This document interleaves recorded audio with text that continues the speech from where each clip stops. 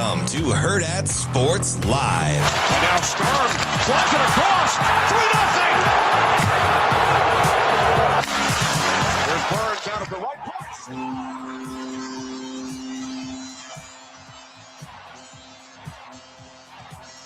The Avalanche are on the board. The redirect by Parker Kelly. Mobley looking. Goes to help. Harris pulls up. Scott Caddy. He's now hit 4 in a row. Detroit hasn't missed. Harden sees the double team. Floats it in. Dangerous pass. Cunningham has it. Ahead to LeVert. LeVert goes inside. Layup is good. And a foul. Defense turns to offense. The Pistons once again. Reynolds, this should stay up, and it will. And O'Neal's going to get doubled off first. It's going to be a 7 unassisted by Jake McCarthy. It'll be out a couple of months. Baldwin sends it deep. Right center. Toward the wall. A bomb from Baldwin to put the Braves on top. High drive. Left field. That's up there. And it's gone. Home run. Coming off the bench. Seda. And the Red Sox take the lead. Good morning. Welcome in. Hurrdat Sports Live, presented by NextGen Male Medical. That's DBM Ravi, Lulla here at Hurrdat Sports HQ. What's up, DB? Hello. Trying to do your best like Adele there. Hello. No, that was Adele. That would have been more like Harold L. Like, that was a dude. Well, I assume your version of Adele would be more dude-like. I don't know. I might surprise you. You might go in like falsetto and try and hit those notes. Is falsetto high? It's like when you go, so most of the time you sing from your chest. Falsetto is when you switch to like your head voice, and then it's like a higher kind of, it's a not as strong of a sound, but you can. It's a lot going on. I was in choir for a while. You get stranger by the second. It's a bigger jump scare that I was a nanny or that I was in choir. Well, the nanny for sure. You kind of low-key dropped that again the other day in passing, and Kobe goes, dude nanny or male nanny, something like that with the laughy emoji. And I was like, it's kind of a funny story. Yeah, no. But you, of course, said you were really good, because I don't think you would have said, oh, I wasn't a very good nanny. I mean, I was good in the sense that the kids liked me. You drove like a nice grandma. Nobody got hurt. There were no hospital visits. We never lost anybody in terms of like ran off or anything. That's a 100% a win for me. Hey, Shane, I know I can't see, but man, this thing is blurry. Good thing we got Brandon here to help us out. No, nothing like a little bacon, lettuce, tomato. Actually, no lettuce. Add cheese. So I would like a. You just want a bacon sandwich. Cheese would be great. Yeah, you just want. Okay. I found a smoky Gruyere. Yeah. Smoky Gouda Gruyere. Yeah. Cheese. Oh fudge! I'm in focus now. Damn it. Yeah. Hey, can you fade that thing to black? No, I don't mean me black. I mean like all the way can't see. That'd be great. I'm a big Gruyere guy. Gruyere's a good cheese. It's a very melty, nice. Yeah. Chess. It's a good sandwich cheese. It melts well. Oh no, I don't like warm sandwiches. Oh, I yeah. appreciate you rationalizing. I with forget me. that. Like what's it? It warms well. No, it melts. I mean, well, it melts well. Well, you looked at me funny, like. Well, I'm funny. You looked at me funny. I don't know, man. I left a whole. I left a half sandwich untouched. I'll say you almost pulled. Who in the chat said whole half the other day? I don't know, because we had this debate. It's like technically, so you left a half a sandwich untouched. Untouched. I didn't touch the chips either. Yeah. Yeah, and the lady. Well, the chips doesn't surprise me. The lady tried to warn me because I built my own sandwich on half a but I only wanted half a sandwich. So I had roast beef, corned beef, ham, cheddar cheese, slice of tomato. Okay. She said, "Oh, that's gonna come warm. Is that okay?" And I said, "Absolutely not. I'd like that cold." It's the reason they call them cold cuts. And I hate cold roast beef. I hate it. Yeah, you and Queen. I can't do cold roast beef. He doesn't like cold. He doesn't like any cold meat. But I got the salad too. We were at the deli. Yeah. The salad was incredible. The salad bar? Yeah. That's what I told you. That's the best one in town. Here's the thing, though. Yeah. She let me add a piece of salmon. Yeah. So by the time I put the salmon on and made the salad with Mhm. only 7 pieces of lettuce and everything else. Yeah. Oh man. You were good to go. I didn't even look at it. Yeah. So I was like, I told Aaron, I was like, I should give this away, but I know somebody's going to think I fingered the sandwich. And I'm going to be like, I never touched it. Yeah. No, I know. Because the tables, it was on a tray, so you couldn't like put it right in front of you. Mhm. So I slid it to my left. So it wasn't even really in my sight line. Yeah. You weren't even like breathing on it. No. Yeah. I took it home. Those salad bars are elite, though. Yeah. Like really good. Good options, fresh, good stuff. Multiple chesses. Mhm. And they have, cutie patootie. Come here, babe. Come here. Don't be scared. Come here. Hang on. Let me get her. Yeah, Keep fine. talking. Hang on. Come here, pumpkin. I'll set up the show. Hey, this is a real show. You got to do what daddy asks. Come here, pumpkin. Coming up on the show today, we've got a little special surprise for you. A couple of them. Come here, babe. We'll have John Rathouz to talk about the PGA Championship at 8. Then we'll have Geep Wade, Nebraska's offensive line coach, at 8:20, and special guest Zoe Benning here at 7:06. She does not want to talk. Are you sure? Do you like her shoe game? Oh, nice. Yeah, those are sweet.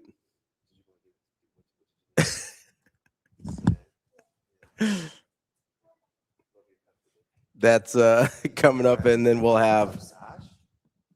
I like your hair today. Who picked out the style? Mom. Okay. I love you. Hello. Then we've got Michael Bruntz at 9 o'clock, and we moved B. Edwards to 9:30 so we could give Jeep Wade a little bit more time. I missed the whole rundown. I'm sorry. It's okay. You know who's on the show. Gosh, bless it, lady face. Why? No, he does not. Don't ask him that question. I want people. So here's the. This is so bad because I cheer for other people. Yeah. But if I can't see, I don't want anybody else to be able to see either. Now you know my perspective. Everything's blurry. Yeah, it's just like Puddle of Mud. That's a band, Blurry. Yeah, that's the song from Puddle of Mud. Oh, yeah. I should get. No, that was good. That was yeah. Would Ken accept that on Jail Party? Maybe. I watched the sports category go 1 for 6. Shocker. I get that on my TikTok every once in a while, and it's just like, guys, we got to do a little better. Yeah. Let's get a little more well-rounded on the. Yeah, I got a Deflategate Kansas City Chiefs answer. I thought that was hilarious. I was like, wow. My favorite one is there's one that describes the option, and they're like, what is the play called when the quarterback can either keep the ball or pitch it to a back? And everybody just stares blankly. There just goes. I have a question. Go ahead. That's how my mind works. How'd they get up here? It's after 7. The doors open at 7. Oh, poop. I should come late. No, you shouldn't. Well, it's a lot easier for stuff I'm carrying. I know, but then you can't yell at Shane for being like, Shane, it's 7:01. Shane's crabby. Shane, it's okay if you can talk. I want to work through this. What do you want to know? Okay. Were you upset with me last night? Well, I mean, I was trying to listen to a game. I apologize. Say less. I apologize. I get it. You don't even have to explain anything else. If that was me, I totally forgot. And I'm watching it. I get that. Dude, it was like, it was late. I'm just saying, if I'm okay. Dude, that was like, I know. What the hell are you saying, Ravi? No, not on you. This is a double standard, I think, on DB here, if I'm being honest. Yeah, go ahead. Because if he's watching the Avs win and beat move on. I had to score 2 goals in 2-10 just to get it to extras. Yeah, and then which was fantastic. They move on, they beat the Wild, they're advancing, right? Yeah. So I understand that. I understand that's one of Shane's squads, and I get it. Okay. If I'm sitting here, and we are probably not going to talk very much hockey today, correct? I mean, I would. I know you'd like to, but I'd love to. In all reality, probably won't talk that much hockey today. If I'm sitting there, we got a busy show. And we do have a busy show. We got Jeep Wade coming up today. I thought it was Bruntz Day. Well, we got Bruntz too. Hey, Bruntz is going to shoot Bruntz is going to be right too. The A's are in first place again when we talk to Bruntz. I know. Listen, this dude said 3. I gave him 1.5. He said 3+. Yeah. I'm just saying, if you needed something from me, Yes. and I'm like, hey, I'm watching the Red Sox game, you'd be like, yeah, go ahead and do it. Like, go ahead and do the thing I need. No. I think you would. Maybe real time. Yes. But I've had time. I can process. Okay. Like, Real time, you'd be like, yeah, can I get that link? I'm a very quick processor. What would I probably? I'm not even going to fake, right? I probably would have said something to the effect of, hey, my bad, when you get a second. Right. He got the OMG because I thought he was being purposely difficult. Obtuse. I didn't want to say obtuse because I don't think he knows what that means. Shane, do you know what obtuse means? It's not square. Oh, geez. My man went angle of a triangle. Old geometry. That's pretty acute, Shane. Nice answer. It circles back. Okay. I mean, give the devil his due. He ain't Rico All right, or anybody. so if it would have been like, I don't know, January 14th, and if the Avs would have been playing the Wild just on a random night. Shane, I apologize. It would have been no big deal. I apologize because I can multitask. I don't assume other people can. All right. So like, all right. I mean, well, I have to listen on the phone. So like when I do other things on the phone, I'm screwing up your like stop. Listen, just hit me to the side and be like, look, man. No, don't say look, man, because then you're gonna get a give him a listen, Linda. No. You gotta just like, look, man, I'm playoff deep, which isn't very, deep for a 4-footer. Doesn't happen very often. No, man, that was spectacular. Though. I'm happy for your guys, and the Wild may not recover. Yeah, that's something about 5 years ago the Avs would have done. Oh yeah, just melted down against the Stars. That was wild, and I don't even fault. People may talk about that third goal being a bad goal, because it was post side and he had it covered, but. Man, that deflection, you need to go back and watch that. Is that what you're talking about when you say puck luck, or do you think he should have had that? No, like that's what I mean when I say puck luck. There's just...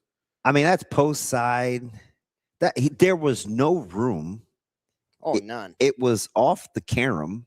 He got the...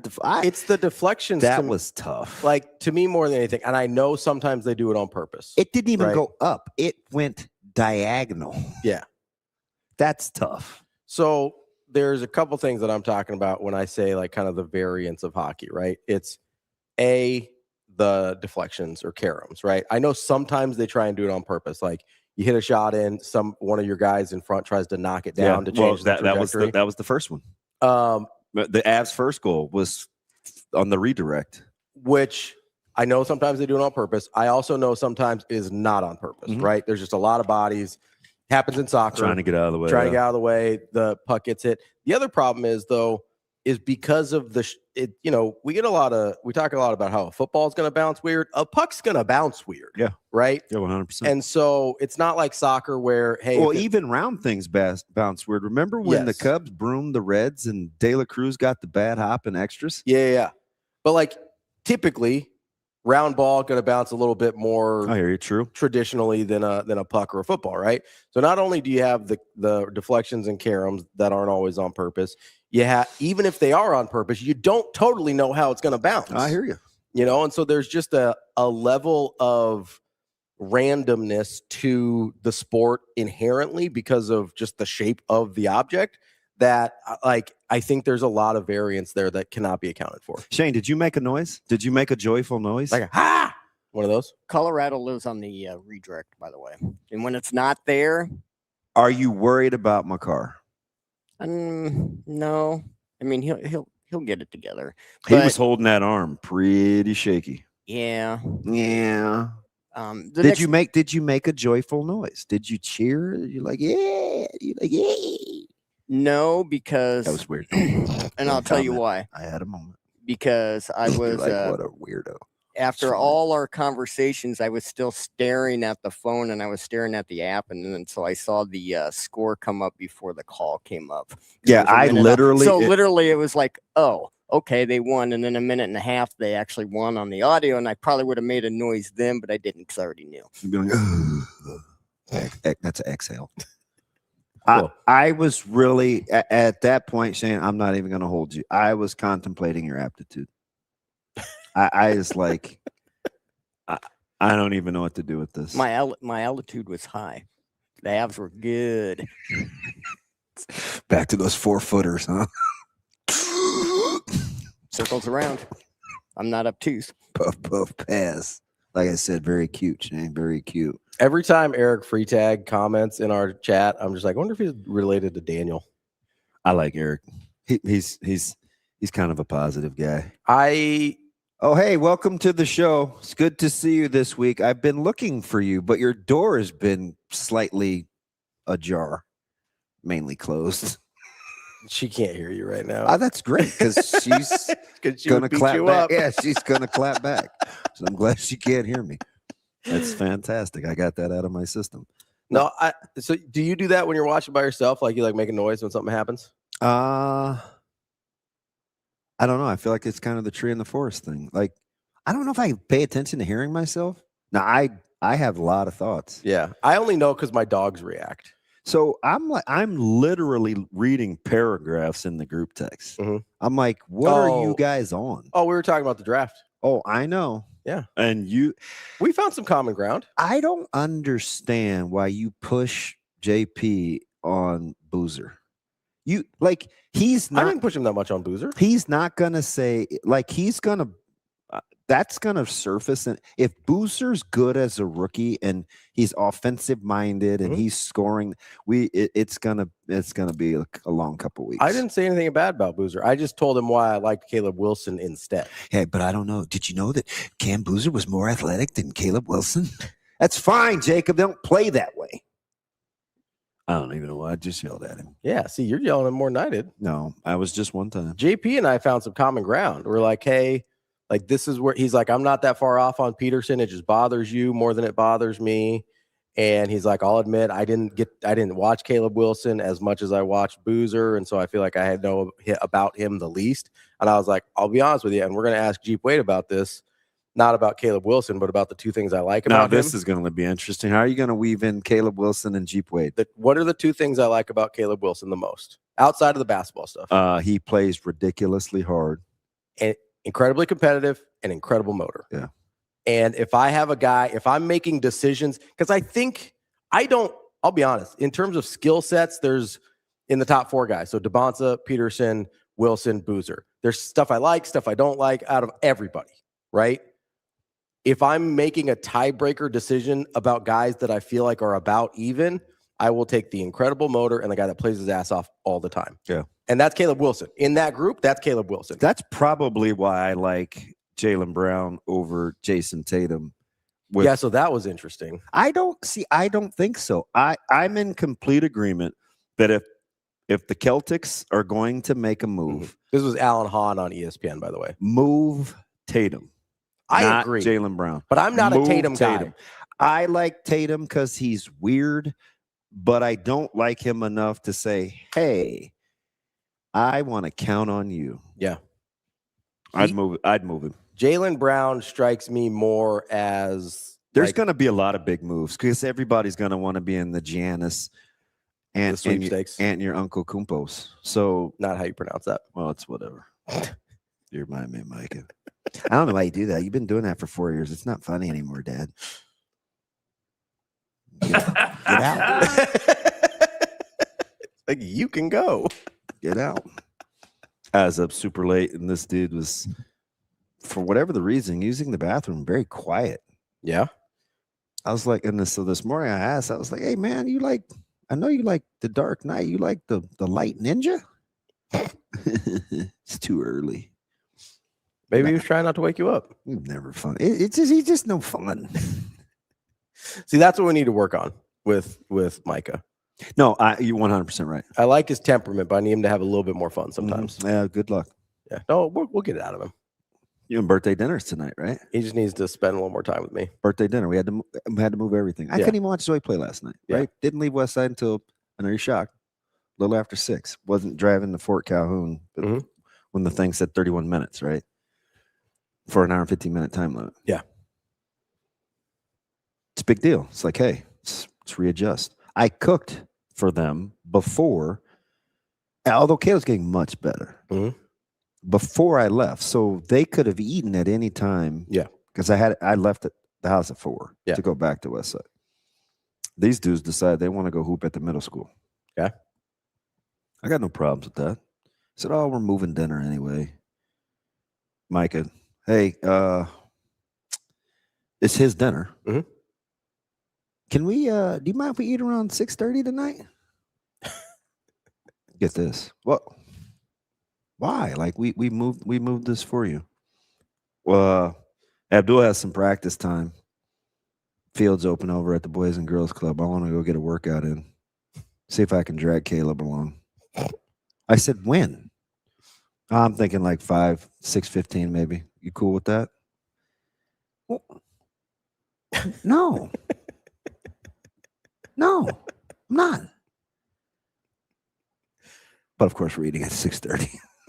Well, like, just no fun, man. Are you guys going somewhere tonight? Or are you cooking? I'm cooking. We're doing he runs chorizo soft tacos, street tacos, and shrimp. Dude, chorizo's good. I love chorizo. Yeah, this dude is getting fresh, peeled, deveined shrimp.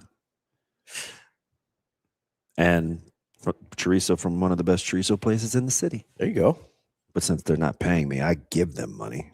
I ain't mentioning them. Juan says, I don't know where this came from. He says, if you hosted a World Cup viewing party and I bring cookies and ice cream, would you disown me for that? Yes. Juan knows I'm out on. So I think Juan, bring the desserts. You can come to my World Cup viewing party.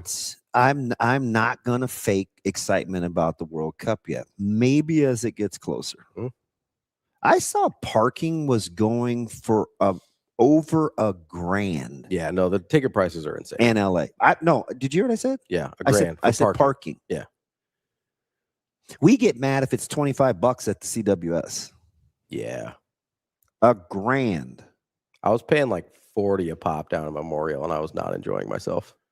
Oh, really? Yeah. Oh, that's extortion. Yeah, I know. Some of us don't have the fancy parking passes there, DB. So you want to go 5 hours early and work, knock yourself out, man. Or save you the $30 to not have to park down there. I might take you up on that. I think you underestimate how much I hate driving and parking in Lincoln on game day. Yeah, it's rots. The worst. It's not good. Yeah. No, it's I'm totally with that. It's no, the prices are insane. First, and it's the summer. Don't bring any ice cream. Yeah, I know. You gotta get the ice cream to cool off, man. Listen, because then we gotta have the dry ice or the regular ice and the cool. Nah, man. I mean, you have a whole freezer in your garage, man. I barely got any room in that thing, and I certainly ain't making room for ice cream. Juan, I got room for ice cream all the time. You just come on over. I did see a good cookie yesterday in the grocery store. Oh, what kind of cookies? Oh, you know the kind. It was oatmeal raisin. Oh, I meant like I didn't know if it was like a brand or if they were like cooked there. It was theirs. Oh, they're like from their bakery. Yeah. Okay. You know what I did? What? I was smell it. No. Oh, almost just as bad. I squished through the plastic to see if they were soft. It went. Listen, you gotta have a soft cookie. I didn't even buy them. I just was being nosy. I mean, it's just fingering other people's cookies. That's weird, but that's all right. That was more of a fondle than a finger. I mean, it's just like, it was a push. So do you know why I didn't just use the single finger? Why? Because I didn't want to leave an indentation. So you squished the whole cookie instead? Yeah, as I covered more surface area, it was less apt to crack or bend. Yeah. Squishing the whole. There is some scientific study behind that works in my brain, but I felt like the finger would have just been like the conconcentrated pressure point versus the spread out. Yeah. Yeah, no, I get what you're saying. It's just you're squishing an entire cookie. So it was that, not a just out there just touching other people's cookies and not buying them. Maybe nobody bought them. I don't know. I mean, if they're as good as you're saying, I bet somebody bought them. Well, clearly the oatmeal raisin is the bastard of the cookies. Nobody's rocking with just going to get oatmeal raisin cookies. You're right, because it's bad. It's not, I like oatmeal cookies. I'm out on the raisins. it makes no sense. Yeah, it does. Raisins are gross. But I get it if they're warm because I don't eat warm cookies. You just don't eat warm anything, or what? What's the problem here? You don't eat warm sandwiches, we're out on warm cookies.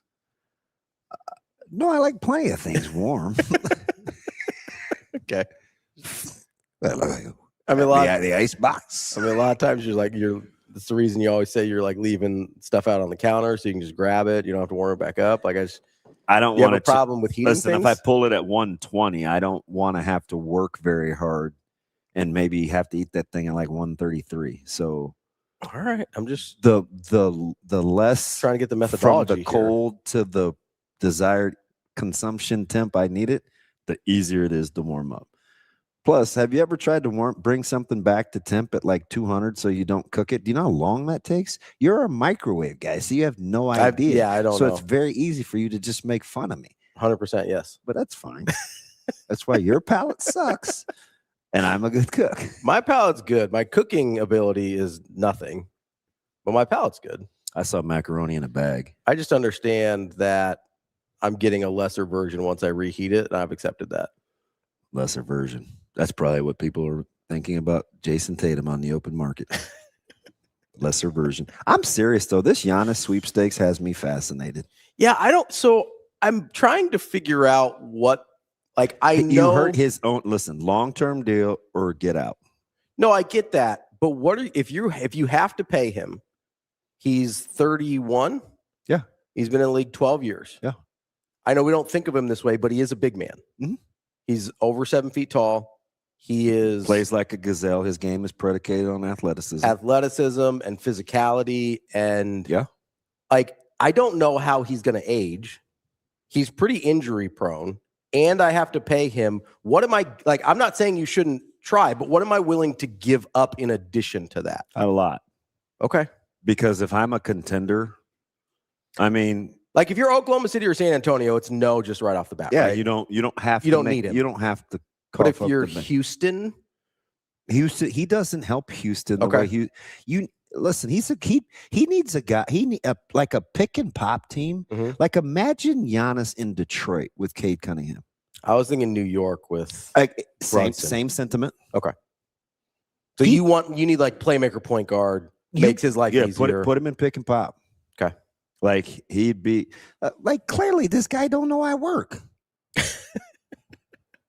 Like, what are you doing?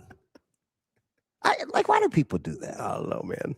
I don't know. I feel like it's disrespectful. No, Kobe, absolute. That Jalen Duren didn't play a single flipping minute in the fourth quarter. Man, he rots. Jalen Duren the bed in the playoffs. Hard. Jalen Duren is a dude. Terrible. I wish I'm old now, so I don't know what my market value is, but I want to know what it would feel like. Mm-hmm. To have the opportunity to just make a ton of bread and just be like, and light that thing on fire.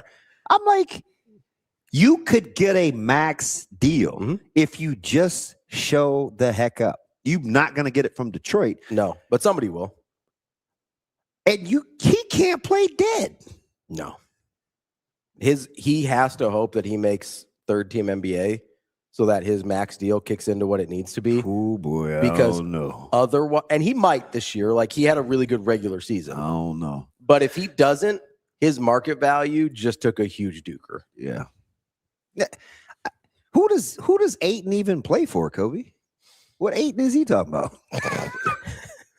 Ayton? Who's Ayton? He ain't my sight line. Who's Ayton play for?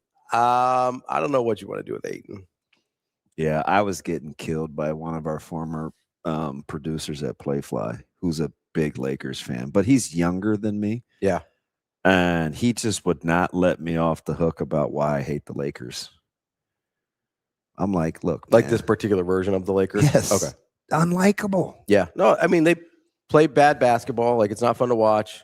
Not a lot of likable characters.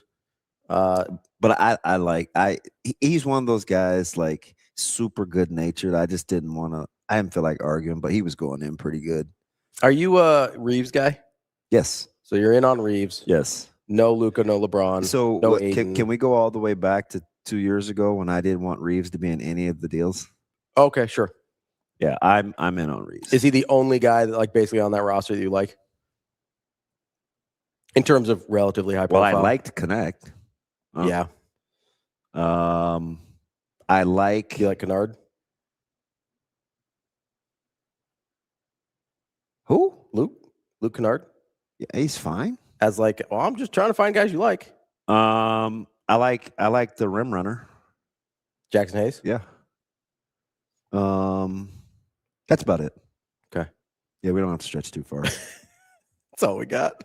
I mean, but again, and my man Drew Down, he didn't have this frame of reference, but if I can cheer for Corey Blunt and Sasha Vujovic and Smush Parker, I can endure. Yeah. But they're not likable. You weren't a big Sasha Vujovic guy? Dude, he was worried more about his hair than if I see What about Ronnie Turioff? Big Ronnie Turioff guy? No. I liked his Zags though. Yeah. He was good for Gonzaga. I can't stand when people are doing something fairly workmanlike and you're putting your hair behind your ears or you're tying up your braids. Either cut that bleep or do it different, because you look like a dude that cares more about your hair than having guys just go Louisiana by you. Yeah. It's a weird. Listen, if your boy Stephon Castle didn't play so hard, oh, he'd drive you crazy. Oh my God! Every time he goes to the bench, at least he waits till he's on the bench. Fudge. Dude, Sasha was doing it on the floor. Oh yeah. Gotta get that thing behind the ear. What are we doing? What are we doing? Alex says Robert Sacre was the glue. Oh my gosh. What a pull. Here I come to set my screen. What a pull on Robert Sacre. And then he would show, and it's like, why? You can't shoot. Knock it off. Yeah, my man moved like a zombie. Dude. He reminded a mummy, like a mummy. Saying, who's my guy that I like? Oh, Solomon Grundy. That's who he reminded me of. Do you know anything about Solomon Grundy? That name is not ringing any bells. Shane, are you rocking with me on that? I need a high five. Although for you, it would be like, you know who that Solomon Grundy. You know who that name reminded me Todd, of? he absolutely does. And Ravi blew who it was the first time. What? Teasley.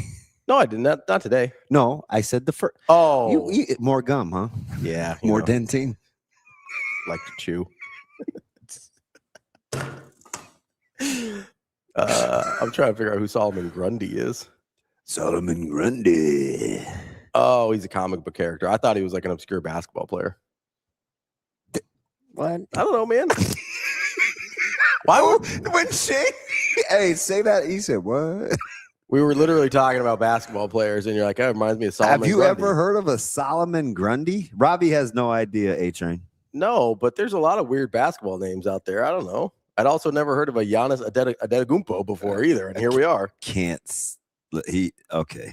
Kobe's just out here pushing buttons.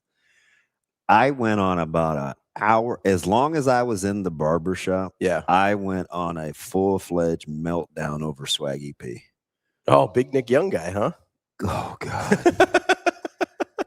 Oh, fudge. Because the third barber, he's almost never there in the daytime because he has a different job. He mainly cuts on the weekends, except if it's an appointment. He's a huge Lakers guy too, big Kobe guy. Yeah, and another guy that doesn't like LaFraud. But we got into this Nick Young debate, and I was like, "What was the debate? Like, is somebody pro Nick Young? Just the usage and what he was capable of. It was very. I mean, you're talking to a couple Laker heads, so it was like a back and forth. And he wasn't necessarily in disagreement. It was the peanut gallery because I clearly remember I stopped in on a Saturday because my barber had some things that I needed to pick up. And Juan, I don't think you can say that. Wait a minute. Sorry, go ahead. What did Juan? You got to watch. I don't think you'd say that, Juan.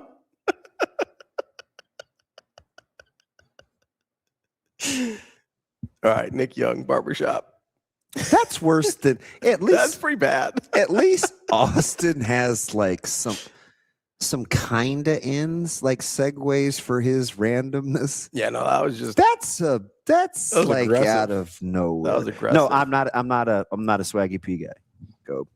Wait, so what was the argument? A-Train Cedric Ceballos was at one point. He was pretty good. I don't know if I had to call him a friend, but You knew him? Yeah, there was a Cedric Ceballos reference. Really? Yeah.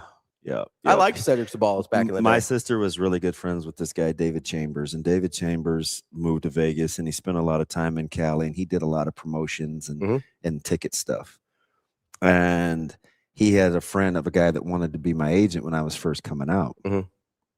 And somehow it was like this Cedric Ceballos thing, and Toby Wright was in Phoenix at the same time. So anyway, that's a great Cedric Ceballos is a great pull. I was never a Nick Van Exel guy, but it took me this is so dumb. It took me a long time to come around on lefties. I was a big Eddie Jones guy. I love Eddie Jones. Loved Eddie Jones. I love Eddie Jones. So Nick Young is it's interesting that he came up because I've been having this conversation with multiple people kind of over the past few weeks, and I asked. They were big. Let him come off the bench, shoot your eye out, give you 14 points, and sit back down. Yes. And I was like, "No, man, that's not how this team needs to play." I could get worked up about. You remember the question I asked Brian Edwards a couple weeks ago about Trae Young? Is he good at basketball? Yeah. Yeah. So Nick Young's a really good example of this. There's obviously like a skill set there, right? Like he can shoot the ball. He's pretty athletic. Like decent handle, can get himself open, get shots. Like there's a skill set there that like is undeniably a quality basketball skill set. Yeah. At no point has Nick Young ever contributed to winning basketball.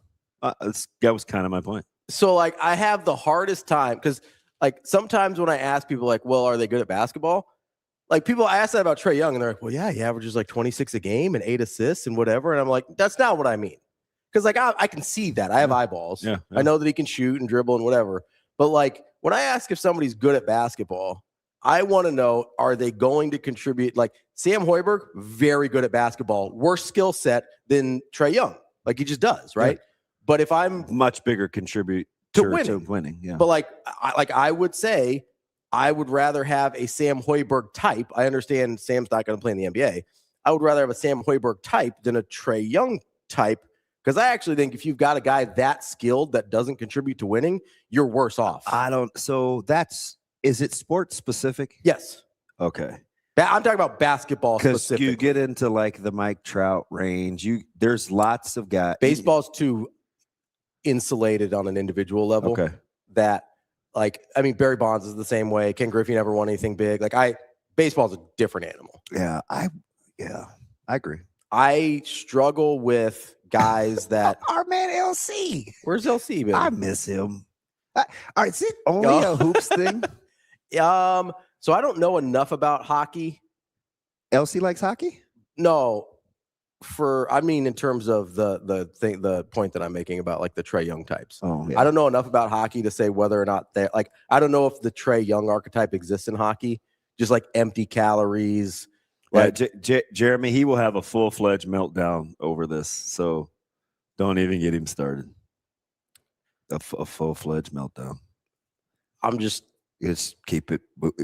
We will not get out of the first hour. Are there Trae Young archetypes in hockey?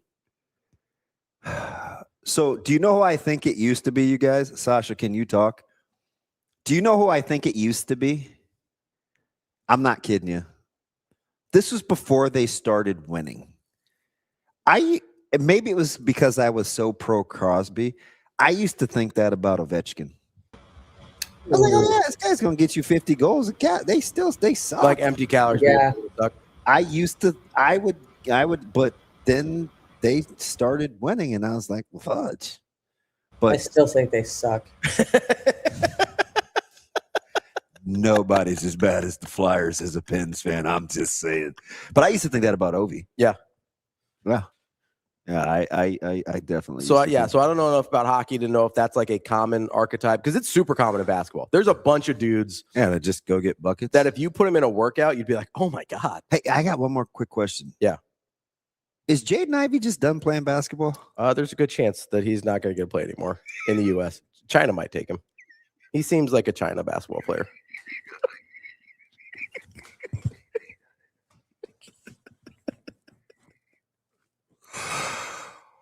Oh, unless you know the Jaden Ivey story, that delivery is not going to be near as fun. That was really good. Thank you. That was the epitome of a prick. That might have been one of the more low-key prick answers and deliveries of all time. You just sit in you apparently have strong feelings. I think his personality traits might fit in better with their ecosystem. Oh, that was good. It's very good. Thank you. What a dick. Whew. All right, I'm better. Because I know there's a ton of these guys in basketball, right? Like basketball is filled with dudes that you watch in a workout and your mind would be blown. Yeah, and then you watch Harden, and you watch in a game and you're just like people what? actually think. Did you watch that last night? Yeah, I struggle with Harden a lot. Actually, the 1 of 8. Yeah, the foul shooting. Although he did get his own offensive rebound, he's just careless with the goddamn basketball. So I know you know my stance on Harden, but I actually do really struggle with him in this conversation a lot because if he's on your team, he actually raises your floor in the regular 100%. season pretty. 100%. So like he's not totally a fit there, 100%. right? Like you can have Trae Young on your team, you'll win 20 games and nobody cares, Yeah. right?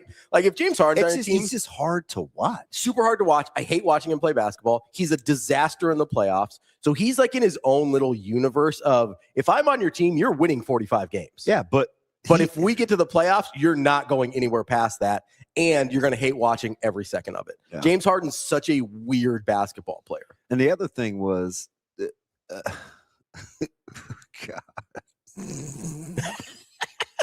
What'd I say about the shrimp? I thought you just said the peeled and deveined. I didn't think it was that weird. I see, and I'm this close. Yeah. To like hanging out with one. He might be out the club again. He gets kicked out once a week. And he finds his way back in. Like we're to the point of like, are you guys texting? About to. Okay. No, he's back on ice. Juan is crazy. This dude says sensual. What a goofball. Come on, man. My name ain't. What?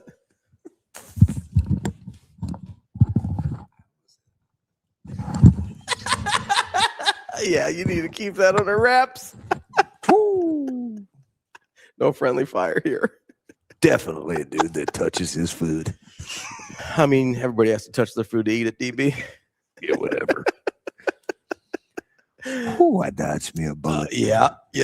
Whoa. Sometimes we just get real casual. You gotta keep your head on a swivel. Real casual. It's like we're sitting on my couch or something. Man. No, Harden is one of the hardest players in my NBA lifetime to evaluate. Yeah. No, I get it. Horrible to watch, unbelievable. And for as out of shape that he appears to be at times, plays 80 games almost every year. Yeah, he's an enigma of a basketball player. I don't know what to do with him. Yeah. I know I don't like him that much in terms of actually watching him. I'd hate to have him on my team, but I don't even know. So I have only small doses of Harden, right? He made some really strong passes at my old babysitter. Thought she's a little young, but outside of that, I don't know about him as a like a dude, like as a person. A dude. Yeah, I listened to his interviews, and did you catch the last one when he had the Angels hat on? And the Angels are in town, and the question, dude, I'm not. Listen, I know. My man goes, hey, the Angels, any significance? You're just rocking an Angels hat. I mean, it was sitting like he wore it like a goofball to begin with. Yeah, so like that super was high on his head. And he looked at the report, the guy that asked the question. He goes, I don't know anything about anything, man. I just play ball. Come on, man. You just happen to be wearing an Angels hat. Like, And while they're in town. There's a backstory, numbnuts. Like, don't ask the guy like he's a ding dong because they're in town. This is what bothers me about the way. And listen, media is not victims. I get that, but it bothers me about the way people. Like I've talked about this with coaches sometimes, where like somebody asks a legitimate question, and that's not even like a gotcha question. He's just like, "Hey, what's with the Angels hat, man?" Like that's a pretty benign question, and to answer it like that, like that. I'm just telling you, 98% of the time, when you ask people questions and their natural reaction is to be defensive, it's like guilty. Yeah, I'm out. Like I'm just out. But you and what? Okay, I'm good.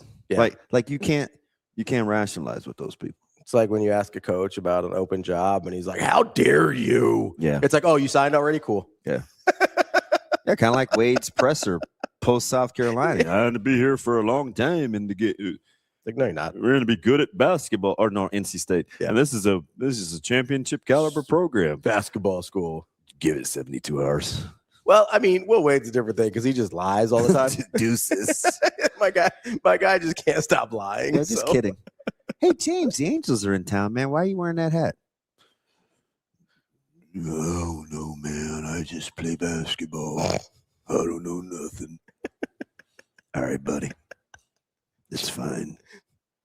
I don't know about Cleveland's scene in that arena, Chuck. Dude, I've been to Cleveland for nationals in wrestling. Cleveland, for its perception, is a very good host city. Yeah, no, there's I don't know about like some of the extracurriculars that James Harden has a proclivity for. I don't know do they have those there? That's what I was asking. I was like, I don't know, because he was talking about what James Harden might be aware of the schedule on, and as opposed to baseball. And I go, I don't know what Cleveland's scene is like there. Wings. He goes for the wings. Certainly no Sarasota. I know that. How's he doing? That's an Austin joke. Are we good? Is he good? I don't know. Is he there yet? I don't know. He's going today. Oh, I thought it was like the Kevin Hart Ice Cube movie. Wait, which black people? Is that Cedric? Pulling a Ravi. Who was in Are We There Yet? That was Ice Cube, I think. No, if you know and I don't, I might have to leave. I think I got Please it. don't let it have been Ice Cube. I think I got it. Please I think it was don't, because I feel terrible. I just said three brothers and maybe none of them were it. Wasn't there like 3 movies? Wait, they made sequels to Are We There Oh, Yet? yeah.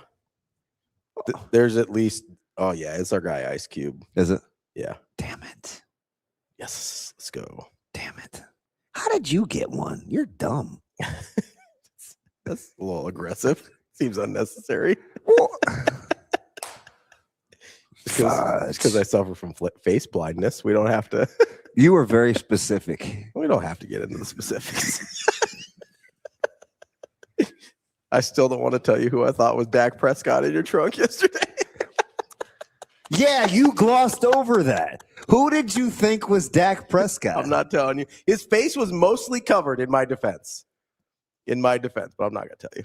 Come on, man. I can't do it. He goes, so have you seen my setup? Like sometimes I just put the heads in the back seat, or sometimes like I keep them corralled. They're like in the trunk. But for whatever the reason, I don't know why I had to move trunk space. Because I got some meat from Les. Okay. And I didn't want to set. That's when I had O'Neill's cooler back there. Yeah. So they were a little disheveled. Yeah, they were spread out. They were kind of stacked on top of each other. And it was a couple of days ago, and he was checking on me to make sure that I didn't have any like pumps or anything in my car when it was running. I was like, well, no, we're out in the open air. I'm good. Like, we're fine. And so I popped my trunk to get the heads out, and he was like, why do you have Dak Prescott in your car? Or and why do you I said, why do you have Dak Prescott? And I was like, wait, never mind. Because I realized my mistake. Who was it? I don't want to say. It's bad, man. Dude, it's bad. You thought John Baylor was a young Kent Pavelka. It's fine. They're Anglo. Like,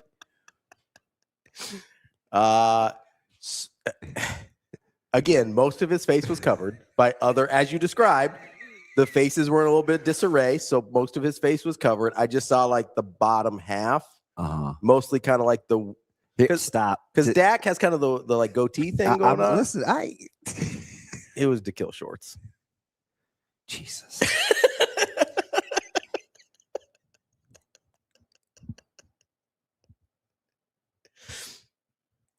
Yeah. I don't feel good about it. Here's the thing. Yeah. Dikil Shorts has been up here at least four times. I couldn't see his whole face. I saw like this much. It was like here. This is what I saw. Dude.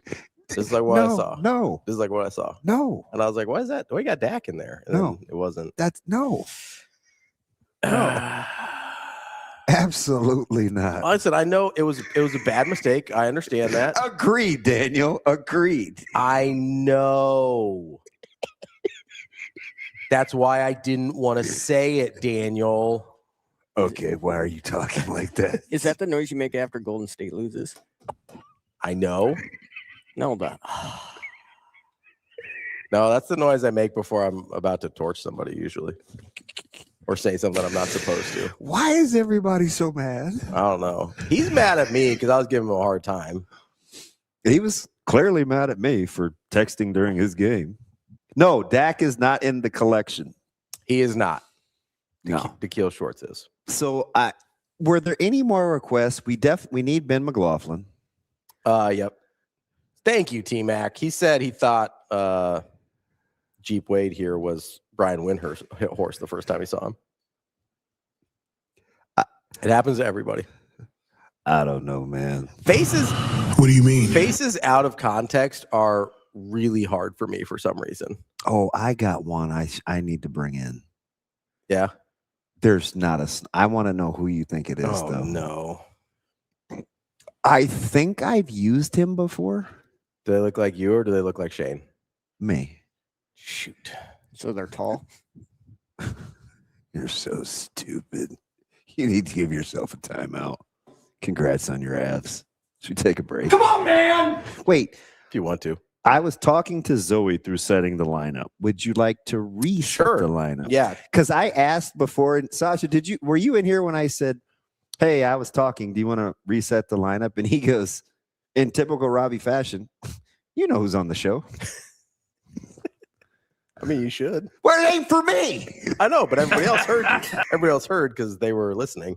Well, I don't know. I didn't know if I was. You were the only one with your headset off. You need to reset it. We've had a couple of people in the chat ask if there's going to be a golf guy on. Yes, there will be a golf guy. His name is John Rathouz. It's our golf guy that we usually talk to. We talk to him for the Masters. He's a former PJ caddy. He's actually funny. We'll talk to him at 8 o'clock. At 8:20, we will talk to one Jeep Wade, the offensive line coach for Nebraska. Should I change his face? Is it awkward for him to be looking at himself? No, I think it's fine. I wouldn't worry about it. All right. Do you have like an extra in your bag or something? You don't want to run downstairs and get it. God, you have such a punchable face. At 9 o'clock, we will talk to Michael Bruntz, as we always do on Thursdays. And then at 9:30, Brian Edwards graciously agreed to move his time slot so we could talk to Jeep for a little bit longer. He'll be at 9:30. I think you're stupid. What'd I do? You asked me to reset the lineup. That's the lineup for today. That's fine. What do you want, Juan? I feel like Juan has kind of been coming at you today a little bit. I don't know. It's like the closer we get, the more obnoxious he is. Oh, Jay Sadi wants Mark Manning head. Oh yeah, we definitely need Manning. Yeah. Good call. So, do we have a Coach Ravel head? No. I mean, if they make a little run here, she might deserve some FaceTime. Yeah, we think mainstay. So I'll take I'd like to do like 10 or 12 at a time. Do we have Coach Bolt? Definitely need Coach Bolt. Okay. Who else? Definitely need Coach Bolt. Who comes up a lot that's kind of random? I have LaFraud. We need Benny Mack. I have Steph. I have Jordan. I have Bo. I have Dion. You have Dan Hurley. You need a Mick Cronin. Yeah, you need a Mick because Cronin. He comes up with unreasonable He's amount. Gonna keep giving material for being the UCLA head basketball coach. He comes up an unreasonable amount on this show. Look at Sasha suggestive hinting, and she's like 4 feet from almost. Sasha, here's the problem. All right, is if I come back, then we're like 2 minutes early. I'm trying to stretch this for like 2 minutes so that we can just come back. No, here's the thing: we can take a 5-minute break. It's okay. I was gonna say, did you know you could take a full break? Like, anytime I try and do that, if you don't take a break now, it's gonna be 2 full hours without one. You know that. Every time I try and do that, Shane brings his face like 90 seconds. We got 90 seconds to come back. We can't just be deflecting now. I don't Why think is everybody mad? because Avs won. I mean, come on. because apparently you're listening to a hockey game, so you can't work. That's fine. Well, Wow, it's a total normal people behavior. what the hell was that? It's not like you can't. I mean, I'm just saying. Where's Rico at so he can cuss at you? Oh, Shane, you do just fine cussing. I was cursing a lot last night. You could probably listen to that hockey game on a computer too. I'm just saying. I have the app on the phone. How am I supposed to do that? Oh, man. I'm gonna tell you, man. If there's an app for it, you can almost certainly get it on a laptop too. That's almost 100% foolproof. Do you still need to, like? Oh, Shane, I rock with you, bud. You're my dude. I don't care what you I got you. Hey, let's take a break. You're terrible. Ravi's on my side. I can agree with anybody if they agree with me. Exactly. 100%. That's one of the all-time Raviisms ever. I'm very agreeable. As long as they agree with me. Let's take a quick break. That's DB. I'm Ravi Lulla. We will be right back on Hurrdat Sports Live with our guy, John Rathouz, to talk a little PGA Championship at the top of the hour.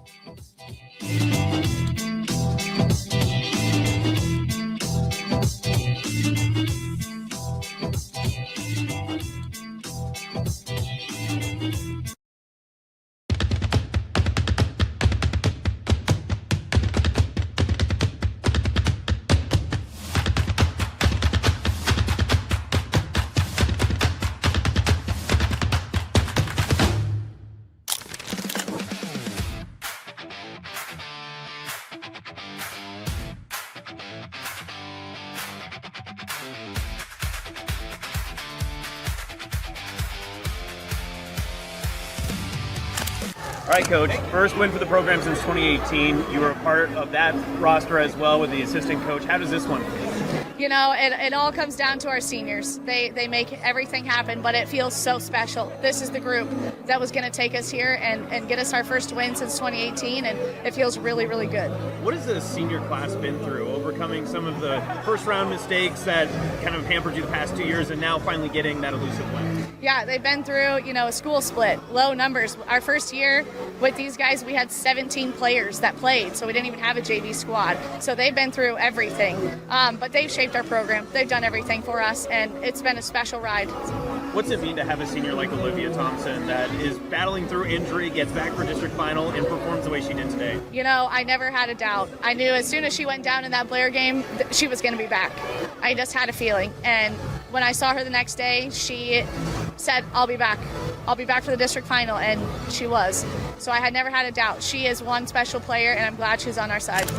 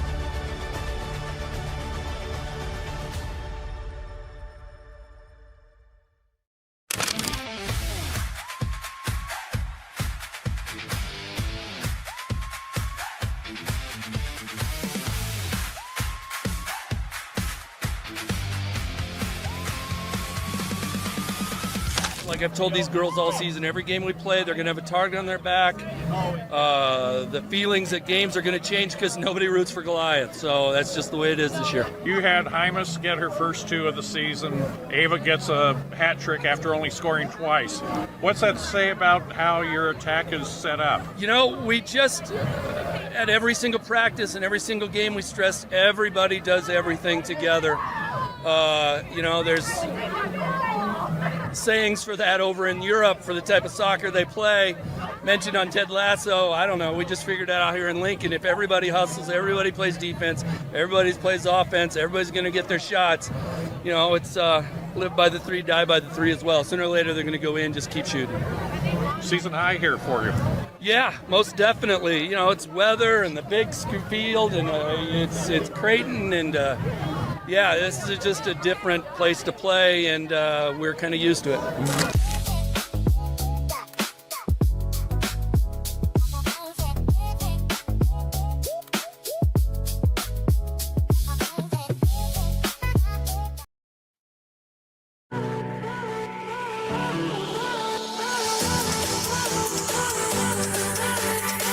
Welcome to Hurrdat Sports Live. Just a trained killer when it comes to golf.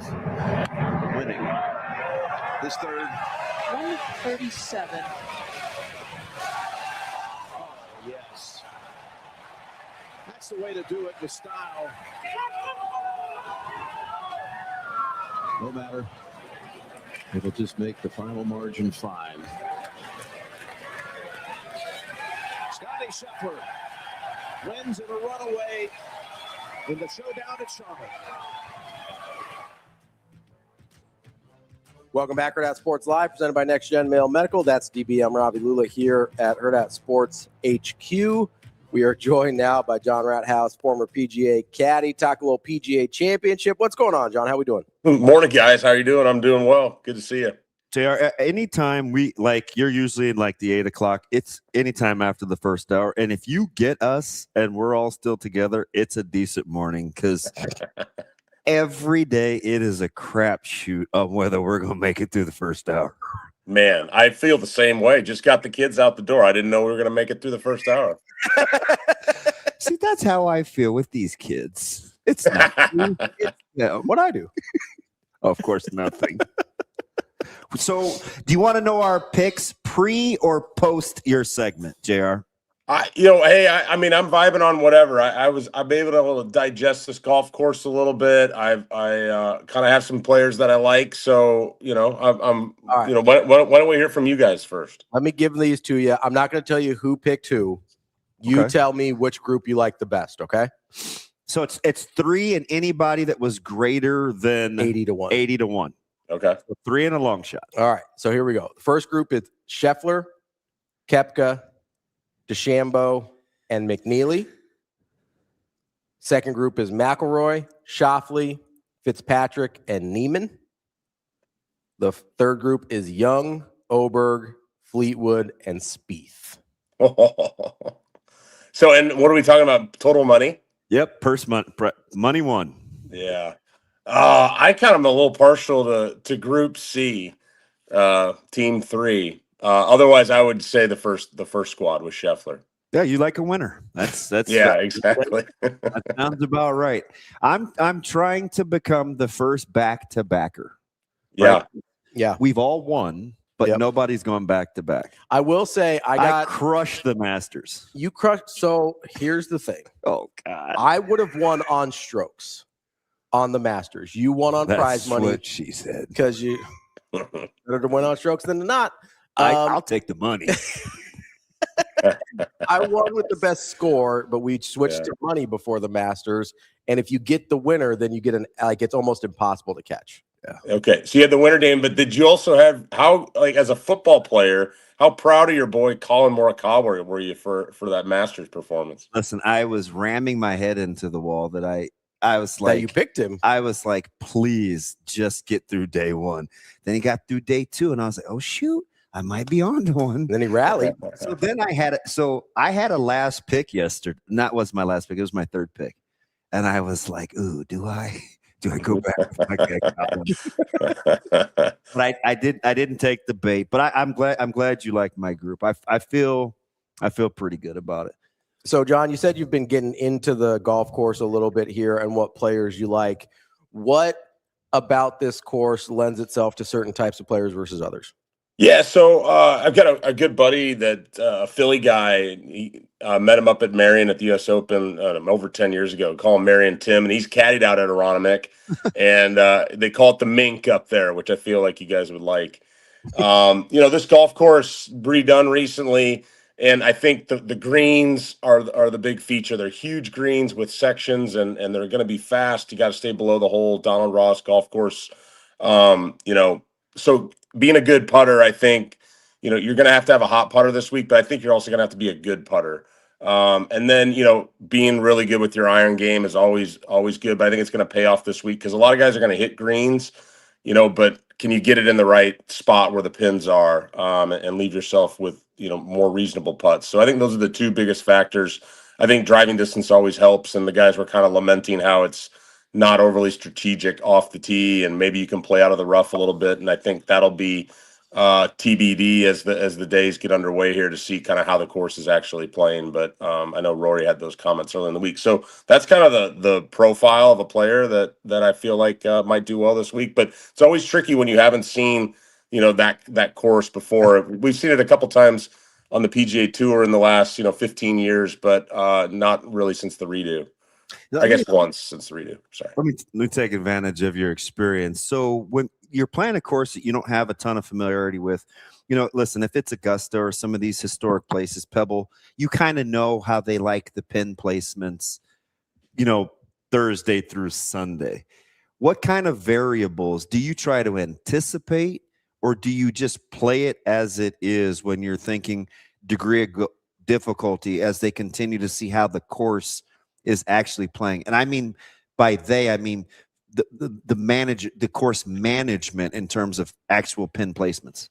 Yeah, I think that's tricky. I mean, I think identifying spots where they're going to put pins, generally speaking, is pretty straightforward when you're playing practice rounds. You can't cover it all, but then you don't quite have the time to pick up on all the little subtleties, right? And so that's kind of tricky when you're going back to the same tour stop year after year. You can be like, oh, I've seen that one before and I've struggled over there. I'm going to go work on that little spot for a while. Well, you don't really have the time, and you don't really have the specific locations necessarily to really pick it apart like that. So that's tricky. And then it becomes, the kind of shot value thing, which I think we've talked about before, like when you're in the course of a round, kind of knowing whether that's a good pin to go at, or, how to take advantage of this hole. So you really have to depend on your experience just as a golfer, and kind of your golf IQ and what your gut's telling you. And then you kind of letting the weather dictate it, how you're feeling for the day. And so in the end, you're just kind of, playing the golf course, which is a nice way to be.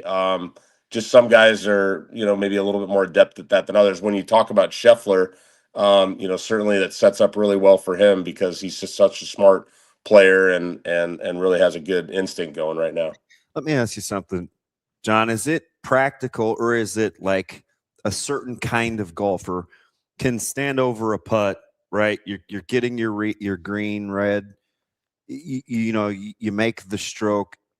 Do the good ones find ways to memorize versus different places on the putting surface? Like, hey, just yesterday this was a little right to left, or so today do folks real time calculate that kind of stuff and store it in the Rolodex? Oh yeah, I think so. I think as the week goes on and you're on the practice putting green, and you're out on the course playing practice rounds, and then you're out in the tournament playing, like you're constantly uploading stuff into your head. Man, these greens tend to break a little bit more than I've been giving them credit for. That sort of thing. And and then with a lot of the way the guys are reading the greens these days with aim point and some of these other kind of little more technical ways of doing it, where they're kind of calibrating themselves on the putting greens before they go out on the tournament, and then they're using their feet or their eyes, their fingers to kind of measure slope. Then you're able to kind of tune into those things a little bit more. So you're constantly uploading, and then I think the trick is to kind of react a little bit more. Like where you're kind of able to just kind of be more of an athlete and let your kind of your mind kind of take over for you a little bit, where instead of trying to be super 100% correct. Yeah. John, as you're kind of describing this course and some of the things that it presents for golf, who's the guy that we haven't talked about yet that you are intrigued by this week? Yeah, so a little further down the board, and I didn't hear him mention that, has been playing really well in the majors lately, has got some good form coming up, is probably the best putter, if not one of the 5 best putters on the PGA Tour. That's been sticking his nose in there a little bit more lately, is Sam Burns. I think Sam Burns is like 60, 70, 80 to 1. 80 to 1. And I think he was basically had the lead most of the Masters, so I think Sam Burns like fits this course really well. I think one thing I didn't mention at the outset is that you're going to have a lot of wedges around this place, and that's a strong suit for him too. I think that 100 to 150 range is going to be a popular shot this week. So I think it sets up for Sam pretty well. John, let me get to the your initials namesake here, because he wasn't picked. He's highly thought of with his odds to have a chance to win. How much of the benefit of the doubt does a guy like Jon Rahm get, considering how talented he is, but we're always waiting for him to put it together? He gets great odds almost every major out for the results he yields. Are we just banking on the fact he's so gifted? Yeah, I think so. I mean, that's built in. I mean, like Phil Mickelson. Weird, isn't it?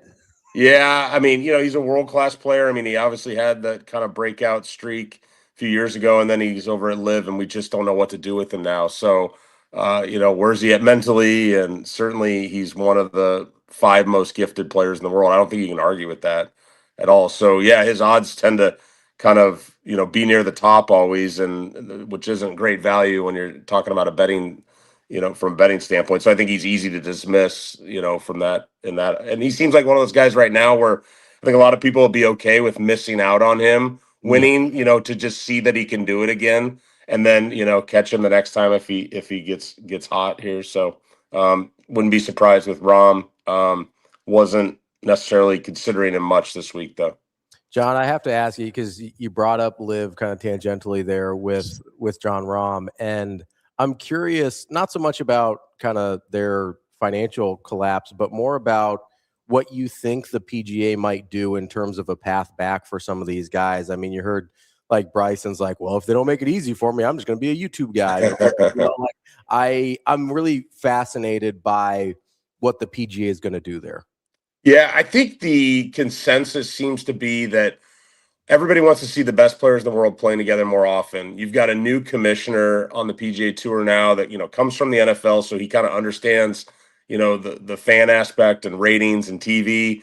So I think they're going to do everything they can do to kind of welcome those players back, especially the ones that, have proven out there. I think they're certainly going to have to pay a penalty, whether that's I think the majority of that penalty will be, financially, in terms of like, rewards that the PGA Tour players have access to. You say, hey, you have to sit on that. So that Koepka model, I think, was pretty good for these guys returning, and then it being a little bit of water under the bridge, because I think the players in the PGA Tour want to play against the best players in the world. They understand that it's good for their brand.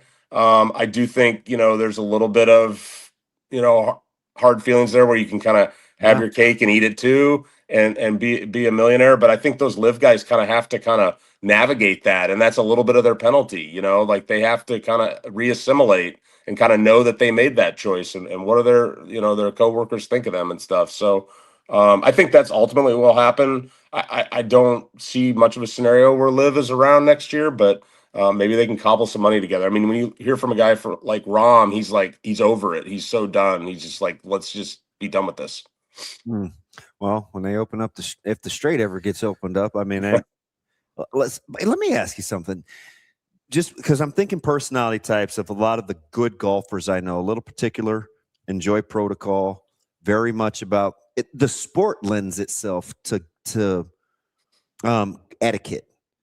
Do we undersell just the ability to get along when such that a tight-knit circle didn't seem for the greater good of your sport? Like, there has to be just a fair amount of just animosity, right?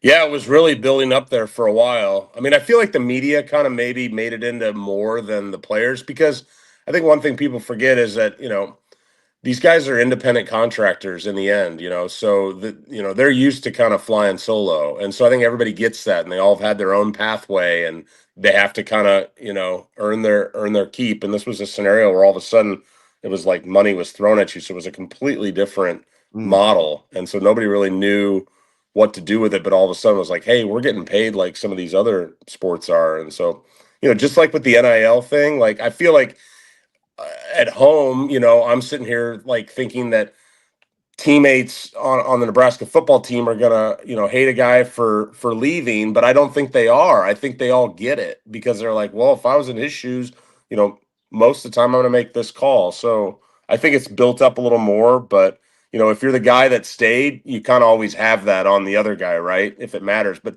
the best players in the world, like they just don't care, right? I can think Rom has that, where he just doesn't let that stuff really bother him. Now we can pick apart whether he does or not, but that's a trait that, I feel like the best athletes in the world have that kind of, I don't give a, so that's helpful.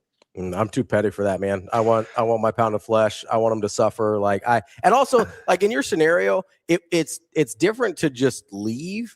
It's then to leave for the bag, get embarrassed, and then try and come back. Like that's where it would get weird. And it's it's just the nature of the sport, right? You mark correctly, you take turns, it's like the honor system. It's the honor system. Yeah. It just seems like it's just a sport that is built for if you don't do it the right way, I just don't know if I can rock with Make them come back on the Corn Ferry Tour, man. There you go. Improve their way back. I mean, a lot of guys are going to be stuck with that. But you're right. I mean, you guys are right. It's a sport of honor. And on the tour specifically, like, it's just an interesting, like, bubble because you're seeing the same people week after week. It's very social. You're spending a lot of time with them. And so it's not a great way to go if you've got a lot of enemies. It's just not a fun existence. So, Brooks is having to navigate that. Fortunately, he's got a really good personality for it, and I feel like he's kind of been a little bit more humble, and that's paid off for him. All right, John, let's get your winner here, and then we got to get. I know you'll like this. We're going to talk to Geep Wade here in a couple minutes from Nebraska. So, who you like to win this thing? Man, there's so many great names to look at.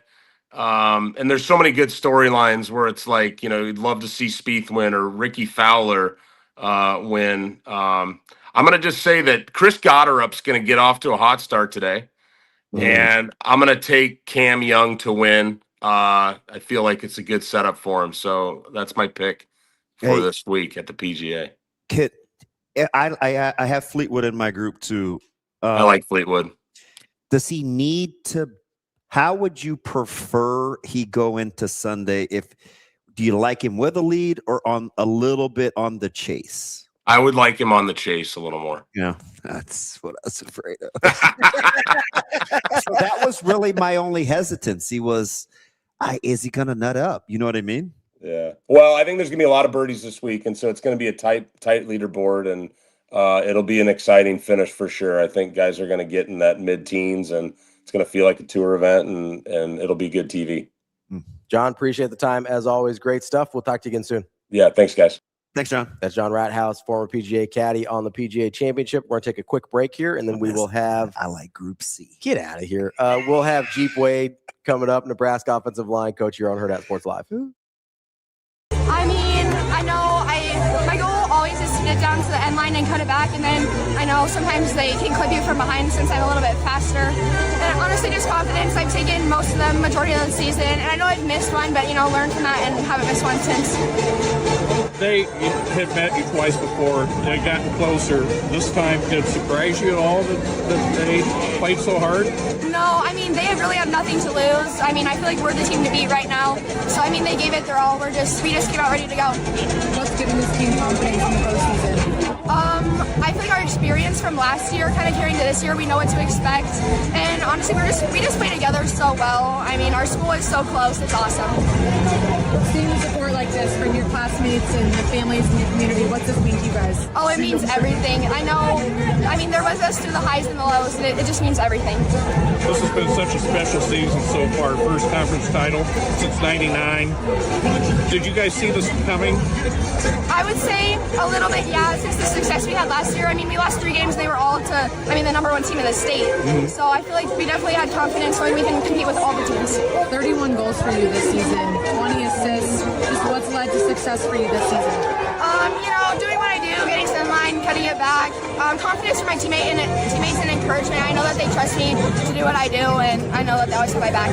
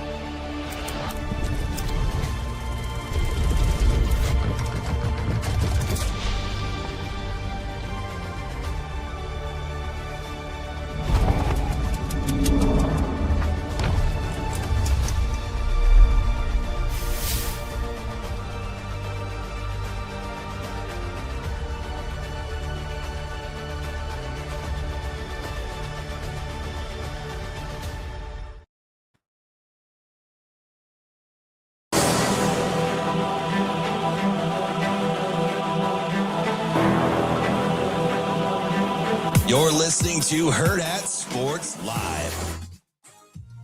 Welcome back, Hurrdat Sports Live. That's DB. I'm Ravi Lulla here at Hurrdat Sports HQ. We are joined now by Nebraska offensive line coach Geep Wade. Coach, how we doing this morning? Doing great, guys. Appreciate you guys. The least surprising thing ever, you're on the move.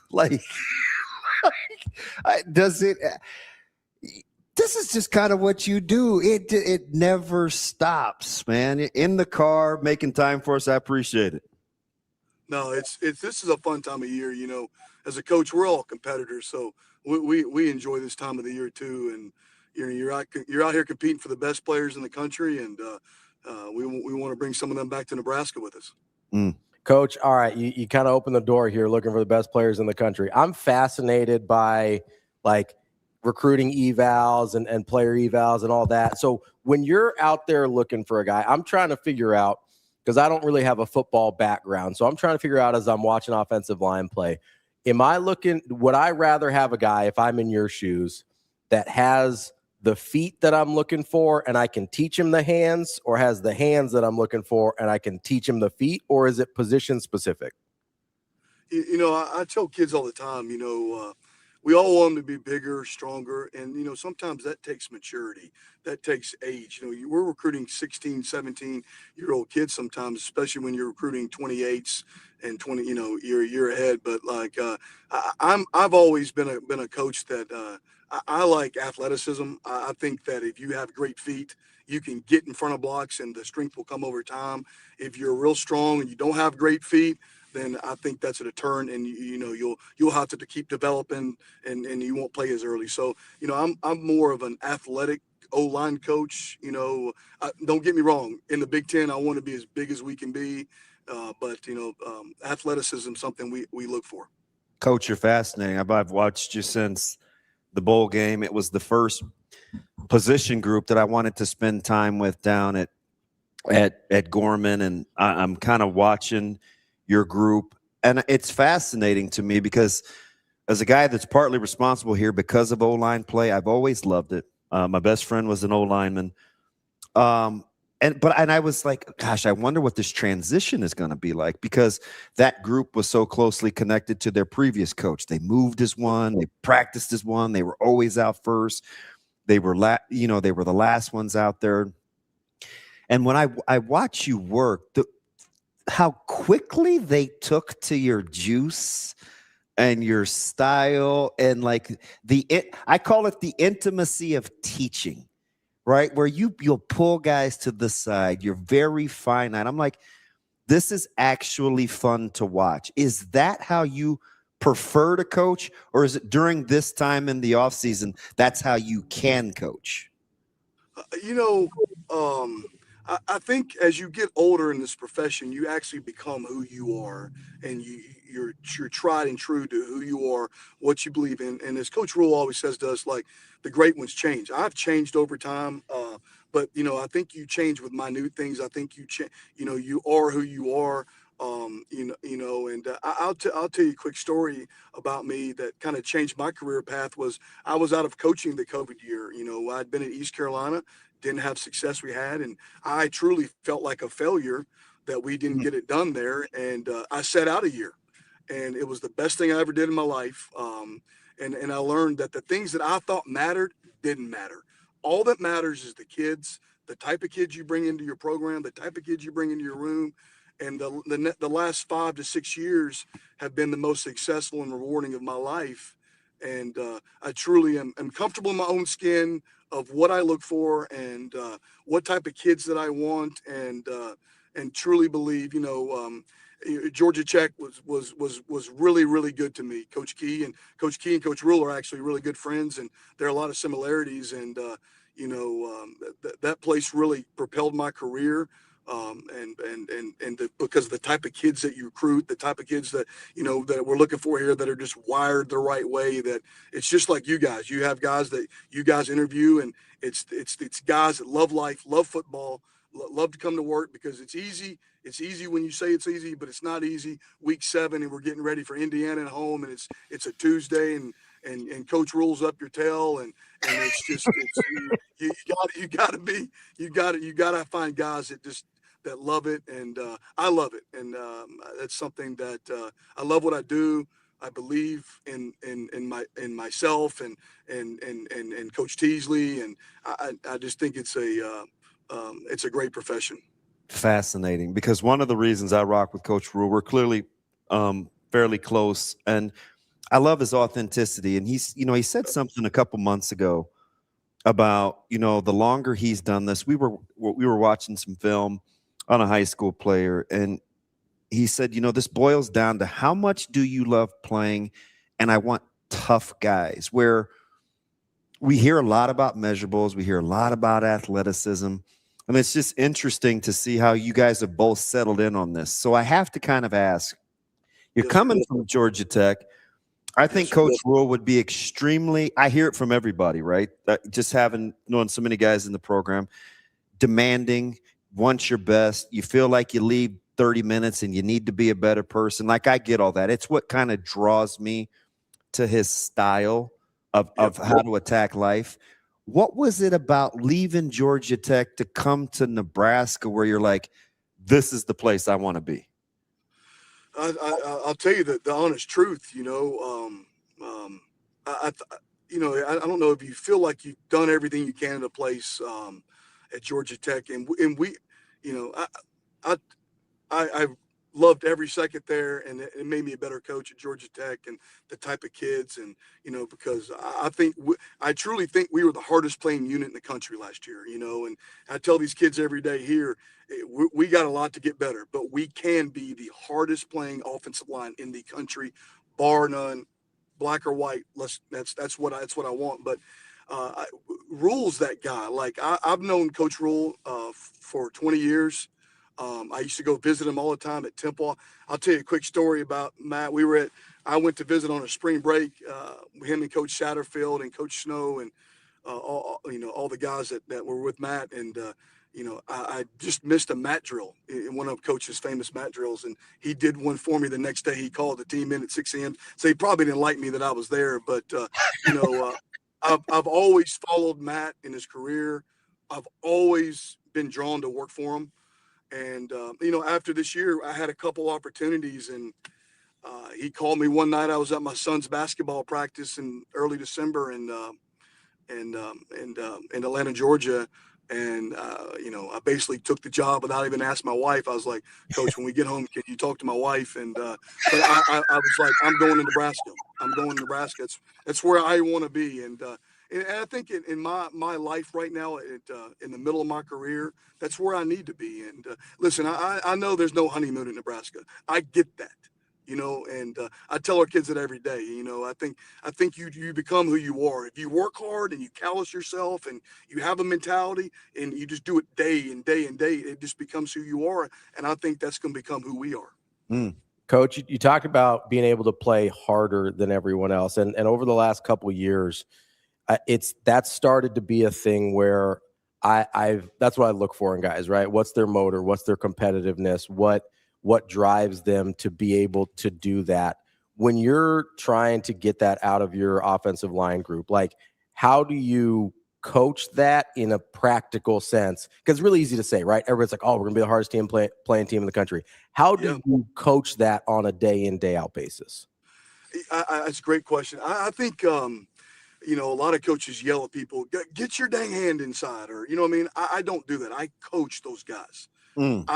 But I'll demand the effort, the finished part. And and of course I've learned over time, with coaching Keelan Rutledge last year, you had everybody come in, the scouts and stuff. And I learned from him a little bit, hey coach, I've never seen a guy look you in the eye when you're coaching them. I've never seen a guy sprint from the indoor to the outdoor field. I've never seen a guy that when Coach Key calls the team up at the end of practice, he's the first one. He sprints up there. To be great, you got to be different. And I came to Nebraska to be great. I want to be the best. We're all competitors. So I think that you have to find the like-minded guys. Guys that not just love football but love life, because there's going to be adversity, and how you fight through adversity. And kids are going to have a bad day in class or their girlfriend or stuff. So, we just want to be guys that love life, love football. And I think that if you get those type of guys, you can coach them hard with the effort part, the finish part. And, so I just think that I try to coach. I'm going to teach the fundamentals, but you got to demand the effort and the physicality, or you won't play for me and coach. I just kind of, again, watching you guys a ton, and I look at the different personality types, like Mbenga, who you guys just got, kind of young and super jolly, good-natured, lovable kid. And then, of course, I know Justin Evans forever, who I'm like, if I'm going down a dark alley, that guy's probably the first that I want rocking with me. And so when I'm watching you and Coach Teasley teach, you can tell some people listen for information. Some people listen for like transformation. When these guys are getting instruction, can you feel the fact that whether it's attention to detail or toughness or their physicality, like they're looking for transformation? It seems like that's how they're taking in the information, the teaching that you're giving them. Well, I tell them every day, I walk in the meeting every day and I start with, you guys play for who?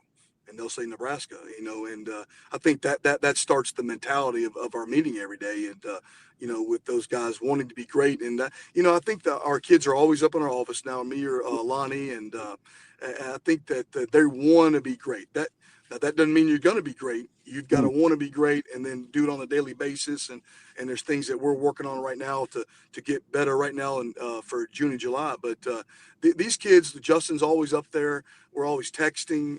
He wants to be great, and I think that, the good thing for me is, in my career, I had a guy that was a first rounder that I know how it's done.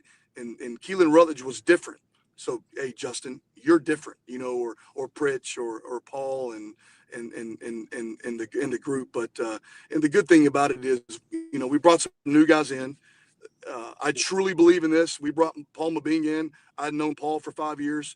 I knew Brendan Black. I did a home visit with Paul's brother last year, and Paul was home. So I knew the family. I know what they're about.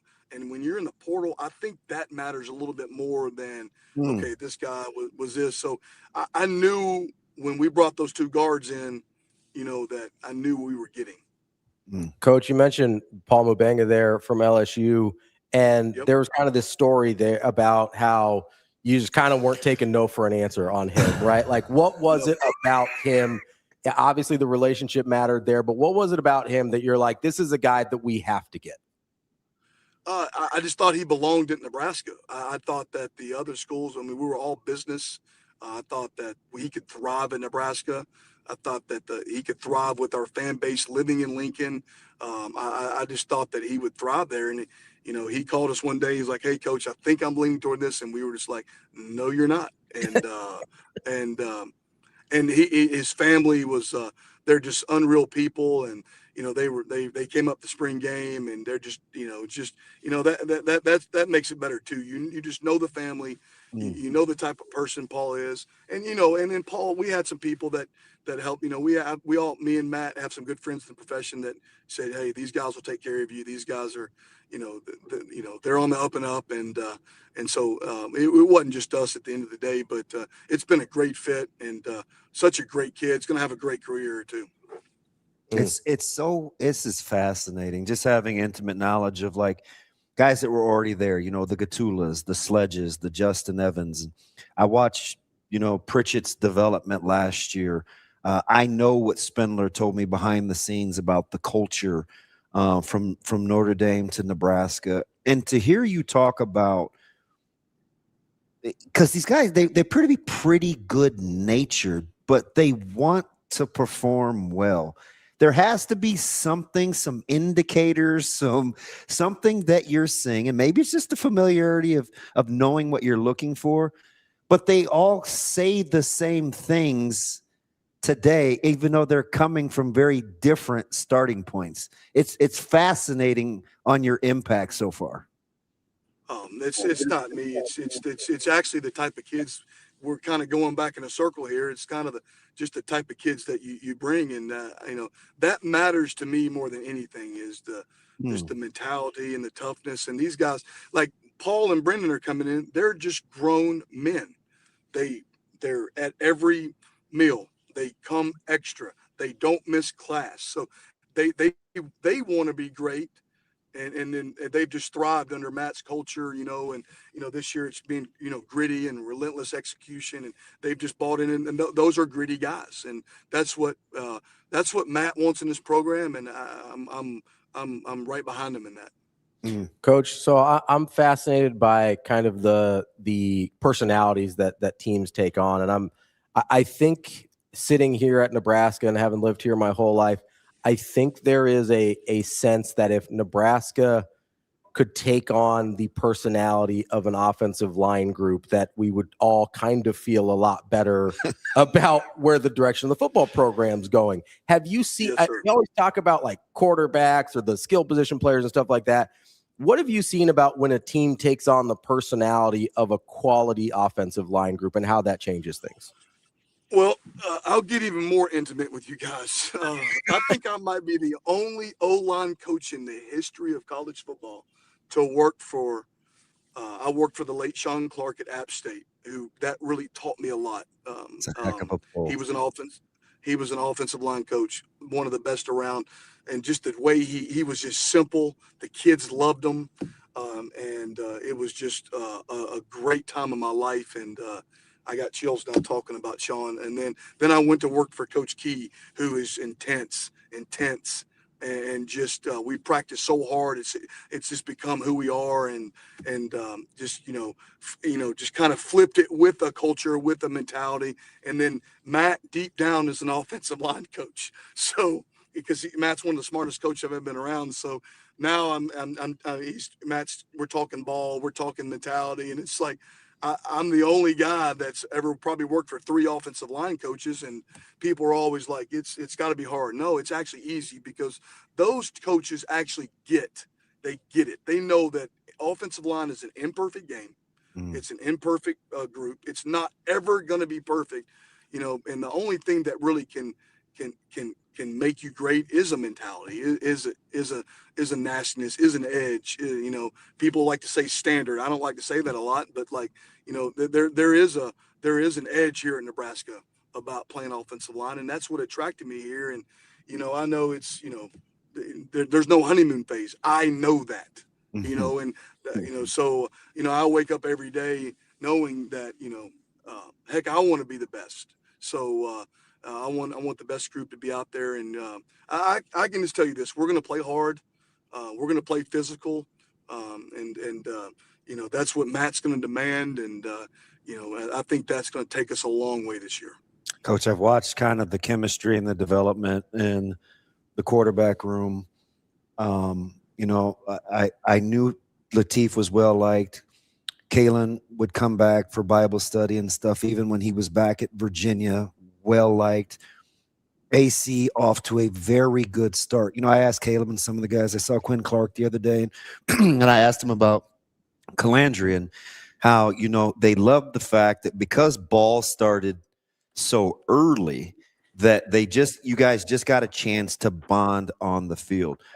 How do you like, and it's just quick, right? You guys are all common gold. You're out there on the field. How important was it, or how much did you like the early spring start where listen, you guys had to hit the ground running, and it was just about ball? I think it's huge. And we didn't go too early. You know, Matt had a 6-week, to get stronger, bigger, stronger. But I was talking to somebody, friends in our profession. But so we had 10 days without a recruit on campus, which means we could totally focus on our team at hand. I think that was big because in March, there's kids everywhere, at every practice, and after it takes some of your time and all that, which is a good thing. And but I think we had 10 really good days with our guys with no distractions. Then we had a little break in March, and then we finished up. But usually when spring ball, you finish April 20th, they got exams, they go home. You never watch your spring cut-ups. You never get to meet with them. And then they got May off, so they really hadn't done a lot in 2 months. And what we got to do was in April, under the time limitations that the NCAA gives you, is we got to spend some time with them and do some things. So really, it's like I tell our guys that football's not going to stop. So it's, hey, here we are. It's like Pritchett, here we are. Okay, that's a good starting point. You're not even close to where you need to be, but here's the steps that we can take now because we know what you did early on in the spring to become better for September. I got to get a little nerdy because I like schematics and I love the intricacies. Coach Rule talked a lot about, the elements of counter and how he wanted it to fit with the duo and some of the line schemes, which is, I kind of nerd out over that. I'm watching spring. I watched you in the winter, at the bowl practice, just the growth and the timing and the nuances. How cool or not cool, that's a terrible word. How much fun is it knowing that some of your quarterbacks have some of the same skill sets that a guy like Haynes King had? Obviously, played a lot longer, very gifted. I get it. But what it takes to play in front of those athletic kind of quarterbacks with how hard you guys play up front with your run schemes. Has that kind of been a subtle, easier transition? Fun? Like, how are you looking at the nuances? I look at that as a coach of, at Georgia Tech, we didn't have the best offensive line, or but we won a lot of big games by finding a way to get it done and not being hard-headed. And I think that's what I learned there. I think that, okay, hey, if they're stuffing the run, well, we got ways to get it outside. You know what I mean? We got ways to gain numbers with the quarterback because we were going to do whatever it takes with Buster and Brent to win a game, no matter how we got it done. And so I think we learned a lot. I learned a lot. I was thinking the other day, I was putting all my stuff together for June OTAs. And in 3 years at Georgia Tech, we ran a version of counter 497 times. And I talked to Matt, like, we both believe in the Bruce Lee quote of, okay, one kick 10,000 times or 10,000 kicks one time. Well, we're going to get good at something. And that was kind of our mantra. And of this is who we are, what we are. Hey, we're going to knock a dent in the front. We're going to pull, we're going to kick, we're going to wrap, and we're going to create some movement. And it's something that, it's a play scheme that you can do a lot off of. And I think that we'll, at Nebraska, we're going to evolve that. We really didn't put some of it into the last week before the spring game, so we really haven't got to a lot of it yet. But just the fundamentals of it, we've preached and we've worked it during these OTAs, and we will continue to work that all summer long. It's no coincidence of one of the only 6 good runs I ever had at Nebraska. One of them, my favorite, is counter trap. Yep. Anytime you get the short set pulls and just smashing faces like watching the spring game, I hope Coach Brown's listening right now because he's probably excited. If you know what I mean. So I'm Case Crooks. My play-by-play guy is probably wondering why I'm like nerding out. We're going down the circles on the field, and I was like, "Did you see?" Or just the pet plays and the counter concepts.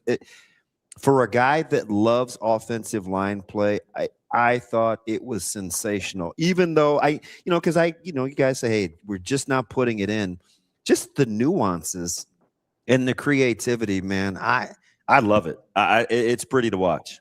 It is, and it's a very personnel driven play. The multitude of what you can do with it, with the nakeds, the boots like y'all did. When we're studying a lot of that right now with Dana and Matt and as an offensive staff. But it's something that I believe in. I believe that athleticism in the polls and the type of kids we're recruiting to that. And once again, you don't want to be a coach that after the season you flip on your cut-ups and you ran this 12 times and you ran this 14 times and you got good at nothing.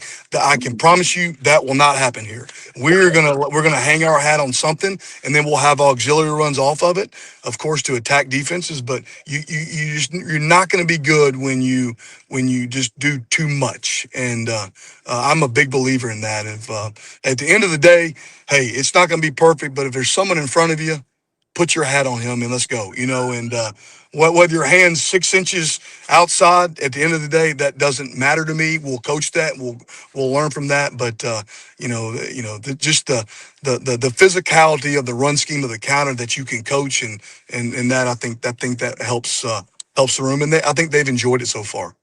Coach, don't let DB be humble. This dude went for like 6 yards of carry over 4 years. So I know, yeah.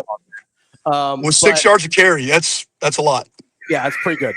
I gave him a little too right. It's like 5'8", but whatever. Okay, that's our new goal, to be 6.1 per carry this thing. I love it. I love it. Yeah. Coach, so you brought up Dana there, and I'm fascinated by this because we've seen this go poorly here in the past with kind of different coaching staffs where the offensive coordinator and the offensive line coach aren't necessarily on the same page as far as the plays that the offensive coordinator wants to call aren't the plays that are necessarily fitting to the skill set of the offensive line. How important has that relationship been about getting on the same page with Dana and getting on that, like, hey, this is the stuff I think we're going to be able to do really well. How does that match up with the stuff that you want to do as an offensive coordinator?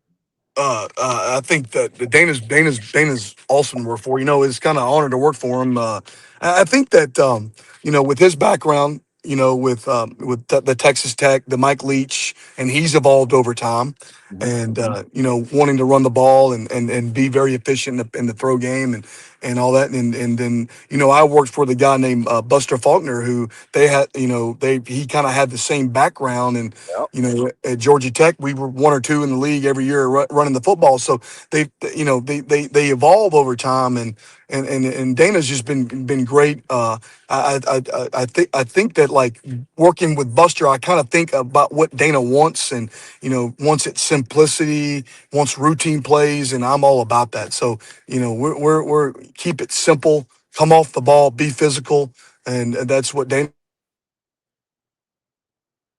Oh, got a little bit of cutout there. I was like, we might have lost the reception there for a second. I think this happened a second ago, and he came right back. So we'll give it a minute here, but that question came from Kenny. Appreciate him chiming in here on that one. Shane, if you get him back, just tell him we got like 2 more questions, and we'll get him out of here because I know he's got to go recruit.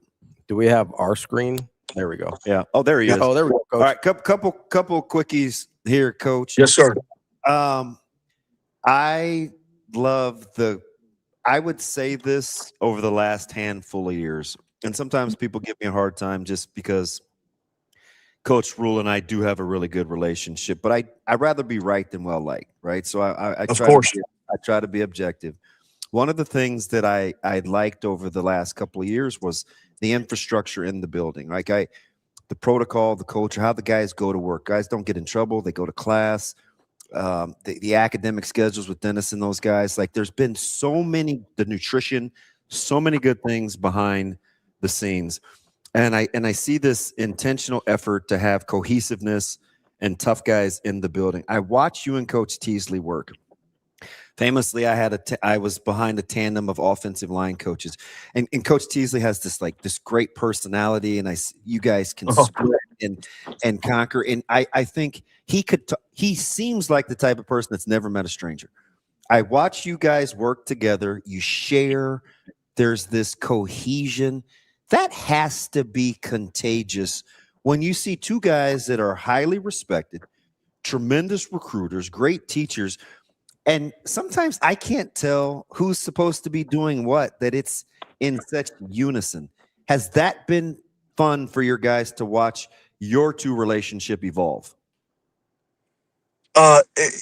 Unreal. He is such a great friend. I've known Lonnie for 10 years, and and I'll even go even a step further. When I was at Georgia Tech those 3 years, I had an assistant and a full-time assistant, and I've learned, and like Coach always says, we grow. Oh shoot, we might have lost him again. We'll get him back. To watch them work, man, yeah, I'm glad you asked about Lonnie, because that was one of the things I wanted to ask him about, and hopefully he'll be back here in a second. But it's just cool to watch him work. I don't always enjoy going to watch and spending one time in one particular area, but sometimes when I Are you there? I'm sorry. Yep. Sometimes when I start with the O-line group, I just stay there. You were Can talking you hear about me? Yep, we got you. You were talking about your relationship with Lonnie? Coach Teasley. Go ahead, Coach. Are you there? Yep, we got you. We got you. I don't think he has audio. He might not be able to hear us. Okay, I was just giving him the thumbs up. Coach, can you hear us there? I'm not sure you can hear us there, Shane. But yeah, I'm fascinated by it, because for a long time, and you correct me if I'm wrong here, it seems like there wasn't this dynamic of having kind of multiple offensive line coaches, right? Like that wasn't the case until the staffs opened up. Although I did think they had a pretty fantastic GA. Didn't get a ton of run, but he was really good. Under Donnie? Yep. Yeah, and so I was curious about, as a guy that... Oh, we got him back. Coach, can you hear us? I can hear you. There we go. I'm sorry. I was getting a call and it messed up my stream. So, but I'm just glad you're tech savvy. 1 for Coach Wade, 0 for Coach Rule. You have to be. But to Lonnie, to be great, you have to have two nowadays. You development, like when I'm on the road, they're there meeting, vice versa. When he's on the road, I'm there. These guys got to have. You can't, and I'm comfortable in my own skin. When Coach Rule said, "What do you think about Lonnie?" I said, "Call him today. Get him here tomorrow." So for us to be great, and he's we think exactly alike. We can look at each other and be like, yeah, that's hard, or that's not, and we're just different ways of approaching. He's a little bit more laid back and that. So he's a great person, great coach. I'm just excited he's here. Last one for me, Coach. I gotten a chance to know Coach Brown pretty well along the D-line. That's obviously the other side of the ball that the fans are really wanting to rally around. How much fun has it been to go against and see a guy that's as competitive and technically sound? He coached Tyler. These guys are different. I joked with RVP at the end of spring. I said, man, you're like 2 inches taller. And he's like, man, I'm just more confident. I know what I'm doing. And around Coach Manning too, like how much fun is it to develop kind of at the same time with your counterpart, because you both have to get each other better? It's been great. I rode with Rob yesterday, or for 3 hours, just talking ball and his story, and then with Coach Brown, working for him, Coach Manning, and the success they had. And like the good thing about that, I can tell you that there's just no egos. We're all about ball. We're all there to make each other better. When we do one-on-one pass rush, when someone beats Pritch inside or something, hey, Coach Manning, why did he go inside right there? There's instant feedback of coaching, and at the end of the day, it's really all that matters. And just great coaches, great motivators, and I really just their scheme is very well technical sound, and And so I enjoy it. It makes us better every day. Coach, I'll get you out of here on this, and you've sort of talked about this in terms of becoming comfortable in your own skin over the last 6 years and things like that. One of the reasons that I'm such a believer and ride with Coach Rule, even though I don't have the relationship with him that DB does, is since he got here, he's felt like he's been about the right things, right? He's transparent, he's authentic, and I want those things to be enough. Hard. Yeah, he works his ass off. Like, I want those things, especially at a place like Nebraska, to be enough to win. In your experience, in terms of, you've been at a lot of different places, you were just at a place at Georgia Tech that you said, as a head coach, pretty similar personality-wise to Coach Rule, and that's not an easy place to win, as we've seen historically. Just tell me, when is that enough to win? Like, having those personality traits, the things that have drawn to me about Coach Rule, in your experience, like, is that enough to win? Yeah, because you're going to win close games. You're going to win tough games in the fourth quarter. You're going to be built for that, and that's what we're working on right now. And I know Coach Rule's been self-evaluating himself, and like I do, and like you guys do, and you know, it's just like when I leave his meetings, it's like I want to go run through a brick wall, and we got to have great players. We all know that, but we can also take the players. Damn it! People, stop calling Coach Wade. Stop calling our guy. He's busy. He said we could have great players, but I had a feel if I was going to get the goosebumps over a walk-off, that sounded like it might be it. I'm just saying, I better be a 5-star calling. That's all. No, I'm not. Okay, there he is. Tech savvy, man. I made the joke, Coach. I was like, I hope that's a 5-star calling, because that was about to be a great answer. It's actually another coach here in town. He's like, "Where you at, Geep?" You know what I mean? So, all right. But no, the relentless pursuit of being great for Matt, and it's why I'm here. And you know, I think that everybody in that building's got his back. With like I come to work every day. I don't want to let him down. He's just got that personality of, we got each other's back. Let's go to work and let's do this the old school way, and let's get after and let's be physical but go get good players. But I'm excited to be here. I'm excited to work for Matt, and I'm just excited to show everybody what we can be, and fast. Coach, we appreciate your time. You snuck in the fact that you were at your son's practice. You and Jessica were the only two to make baskets down in the little walkway in the facility. You didn't tell me you had hoops in your background too. You walked off like Larry Bird, and I was like, damn, I'm the only guy that can't get a bucket between the three of us. She walked her shot off. You didn't tell me you had hoop game.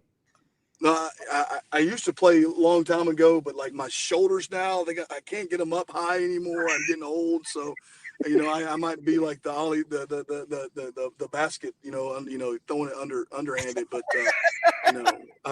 I need to get back in playing more basketball. It's just right now, it's like there's just you just don't have a lot of time to do a lot of anything. But no, I'm excited. My family's moving up there in a couple of weeks, and I'm really excited to get them to be in the community of Lincoln. Nice. No, Coach, if you ever need another guy that can barely get his arms above his shoulders to hoop against, just let me know. I got you, and we'll get some shots up. All right. We really appreciate it, Coach. Thank you. Thanks, appreciate Coach. You guys. Thank you so much. You got it. That is Nebraska offensive line coach Geep Wade. Great stuff there from Coach. Really appreciate his time, as he's obviously busy and out on the road, and people can't stop calling him. So he's a busy man. Got stuff to do. Yeah. The iron sharpens iron. The part that people don't tell you, and it's not that you're going to get sparks, because I used to say that all the time, but you need iron to sharpen iron. Yeah, you got to have. We assume like you need other pieces of iron, and so when I watch I was with Coach Brown and some of the defensive staff at the Cosmic baseball game, and just watching those guys go after. Who did I tell you had the affinity for with the intricacies of the pass rush? Coach Manning. Oh, yeah. And then he talks about, hey, in one-on-ones, hey, Coach Manning, why'd you go inside there? Yeah. I'm telling you, when you watch him teach and the technical stuff from Corey Brown, you're at least giving yourself a chance. That's what I was going to say. You at least got a chance. You're giving yourself a chance. And if you play as hard as it sounds like they're trying to get them to play as hard, then I'll take that chance. Yeah. He said, I can take an ass chewing. Sometimes you're going to have to. Seen a couple famous ones there. Let's take a quick break. Coming up next, we got Michael Bruntz from Husker 24/7. That's DBM, Ravi, Lulla. It's Hurrdat Sports Live.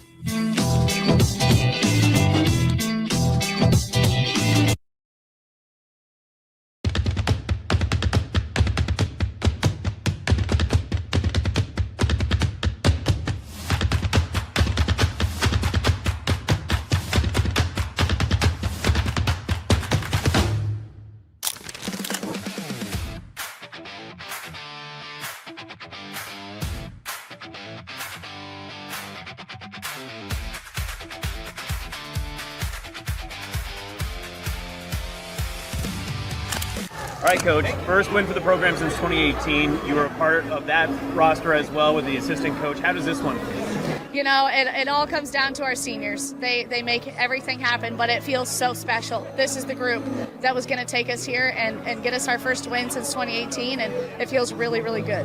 What has the senior class been through, overcoming some of the first-round mistakes that kind of hampered you the past 2 years and now finally getting that elusive win? Yeah, they've been through, a school split, low numbers. Our first year with these guys, we had 17 players that played, so we didn't even have a JV squad. So they've been through everything, but they've shaped our program. They've done everything for us, and it's been a special ride. What's it mean to have a senior like Olivia Thompson that is battling through injury, gets back for district final, and performs the way she did today? I never had a doubt. I knew as soon as she went down in that Blair game, she was going to be back. I just had a feeling. And when I saw her the next day, she said, I'll be back. I'll be back for the district final, and she was. So I had never had a doubt. She is one special player, and I'm glad she's on our side.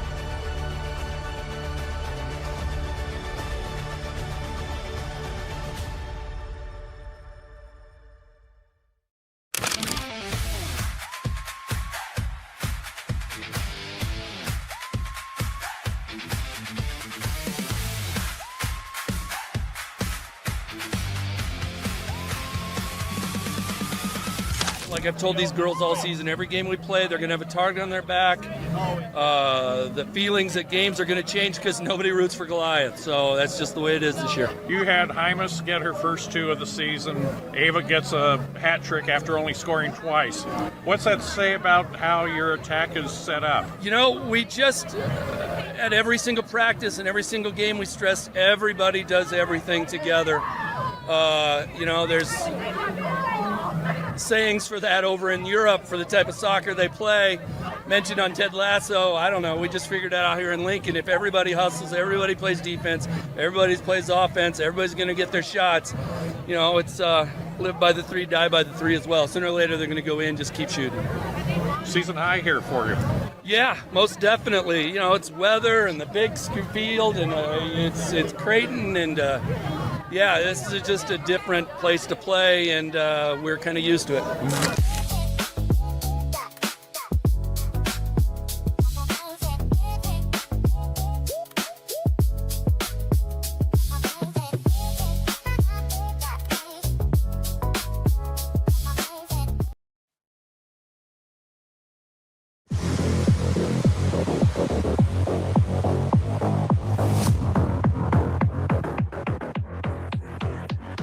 Welcome to Hurrdat Sports Live.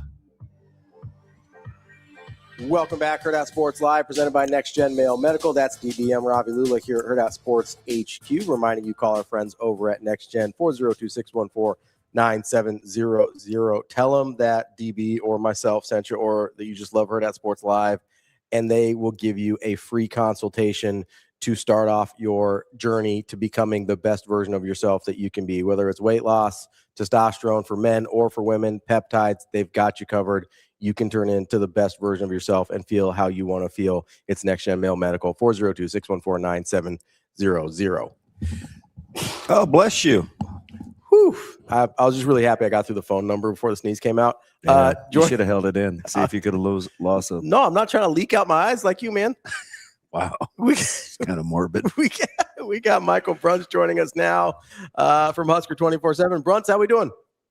Not bad. What's up? Oh, I'm so glad I get to see you. That I know that sounded weird, so disregard. But we another week. Well, I gotta give you credit, Bruntz. I know people think, "Oh, you just like Bruntz." I said, "Oh, he's actually not that nice to me." I gave you an over/under of 1.5. You took minimum of 3. The A's are still in first place. How about that? And they haven't even started to hit yet. All the guys that can hit are just kind of playing with their food a little bit at the plate. Dude, I mean, it may be like this all year in that division because we keep waiting for Seattle. Maybe that's the one team you think is capable of going on a heater, but is there really another you think has pull away or pull apart material? Yeah, I don't know. This feels like an Astros team that's probably just going to kind of middle a little bit, right? Yeah. I don't know. I mean, maybe the Rangers, but Seattle scares me because they always seem to figure it out at least later in the year. Like they always have like a good like August kick. So I don't know. That's probably where I get a little bit worried. But yeah, I mean it's kind of you don't want to say it's a house money season, but I mean they're playing good baseball right now, so that's okay. How about you speaking of the Rangers, they went from like, oh my God, this soaked through the sheets to just flipping the mattress. They coughed it up against the D-backs late, and then we're like, yeah, we'll see your meltdown and come back with 3 of our own in the bottom of the 9th. Yeah. Do you guys buy I saw the conversation was out there about whether or not the closer is dead, and I don't know that I necessarily agree with that, but I do not agree with that. I do not agree with that. Mason Miller is quite alive. Yes, he's good. Is that too close to home still after him playing? No, because they actually got a good return on that deal. So yes, they did. That DeVries is going to be something, I think. So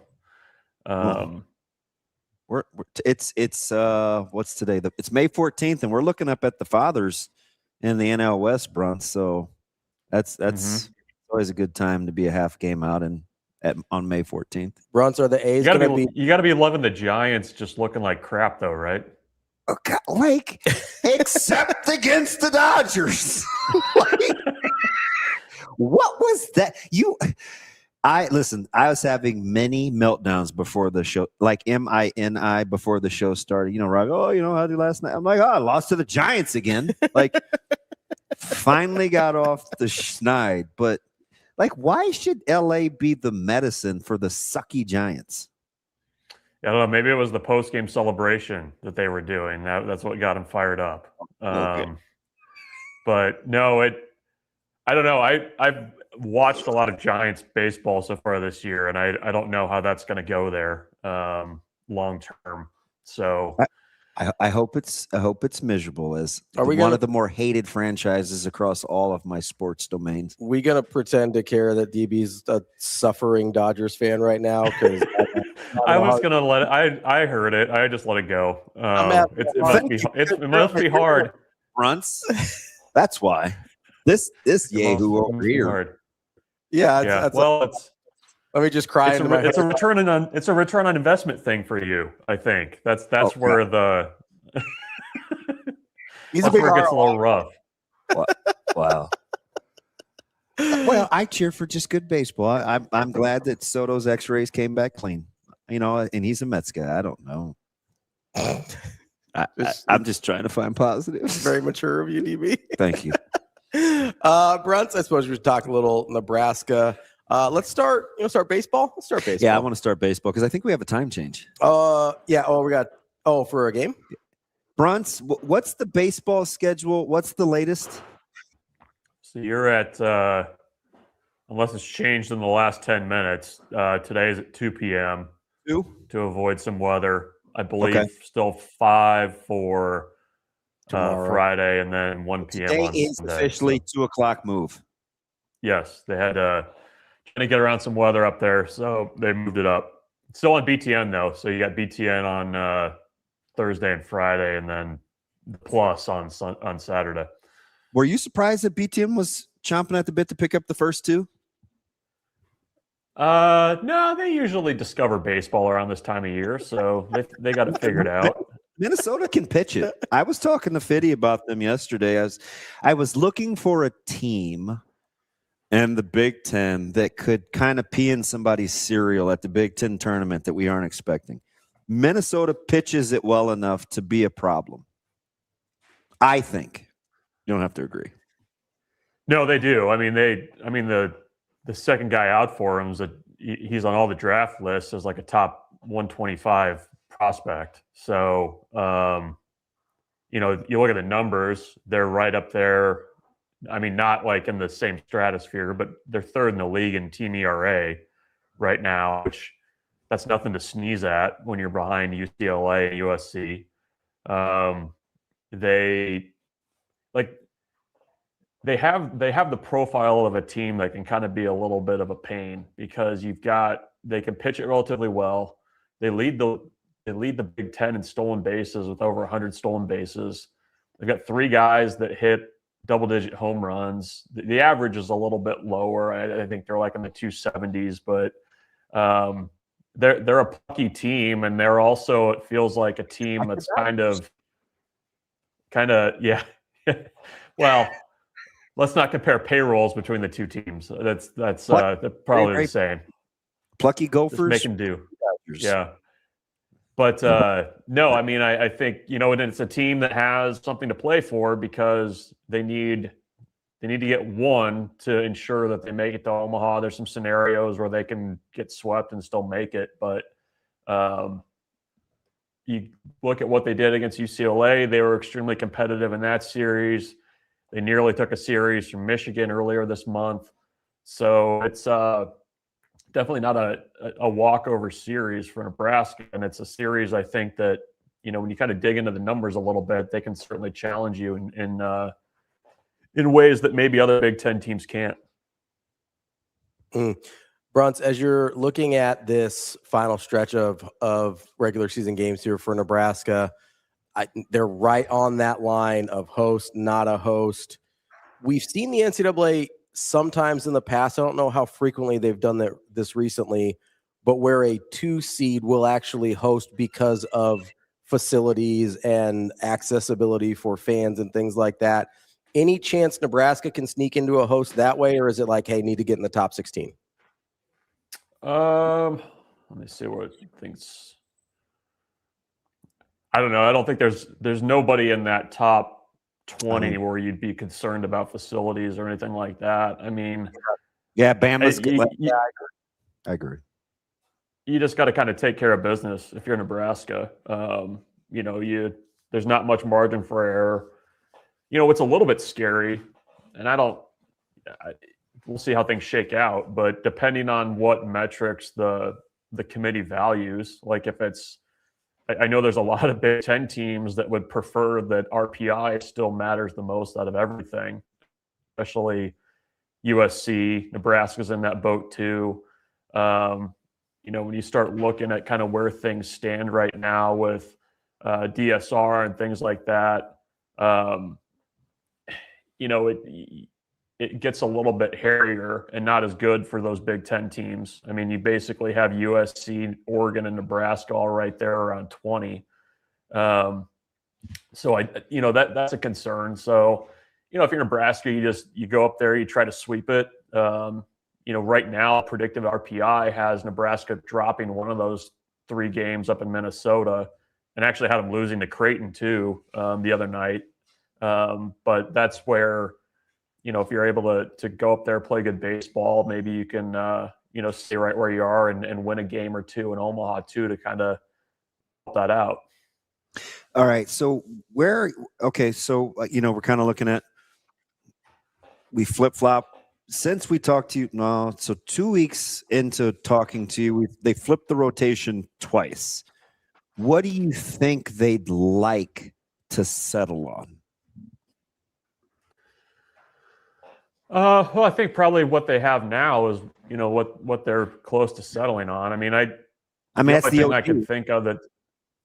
The only thing I can think that they would switch would be, if you could get Katsky competing and look a little bit better, maybe you throw him in there on the 3rd. But I think Blackowitz on Sunday has always just been more comfortable starting a game versus entering it out of the bullpen. I mean, that's just how some guys are. So, Yasa certainly is throwing like an elite Friday night guy right now. I mean, you look at the strikeout numbers, he's right up there with what Brett Sears did a couple of years ago.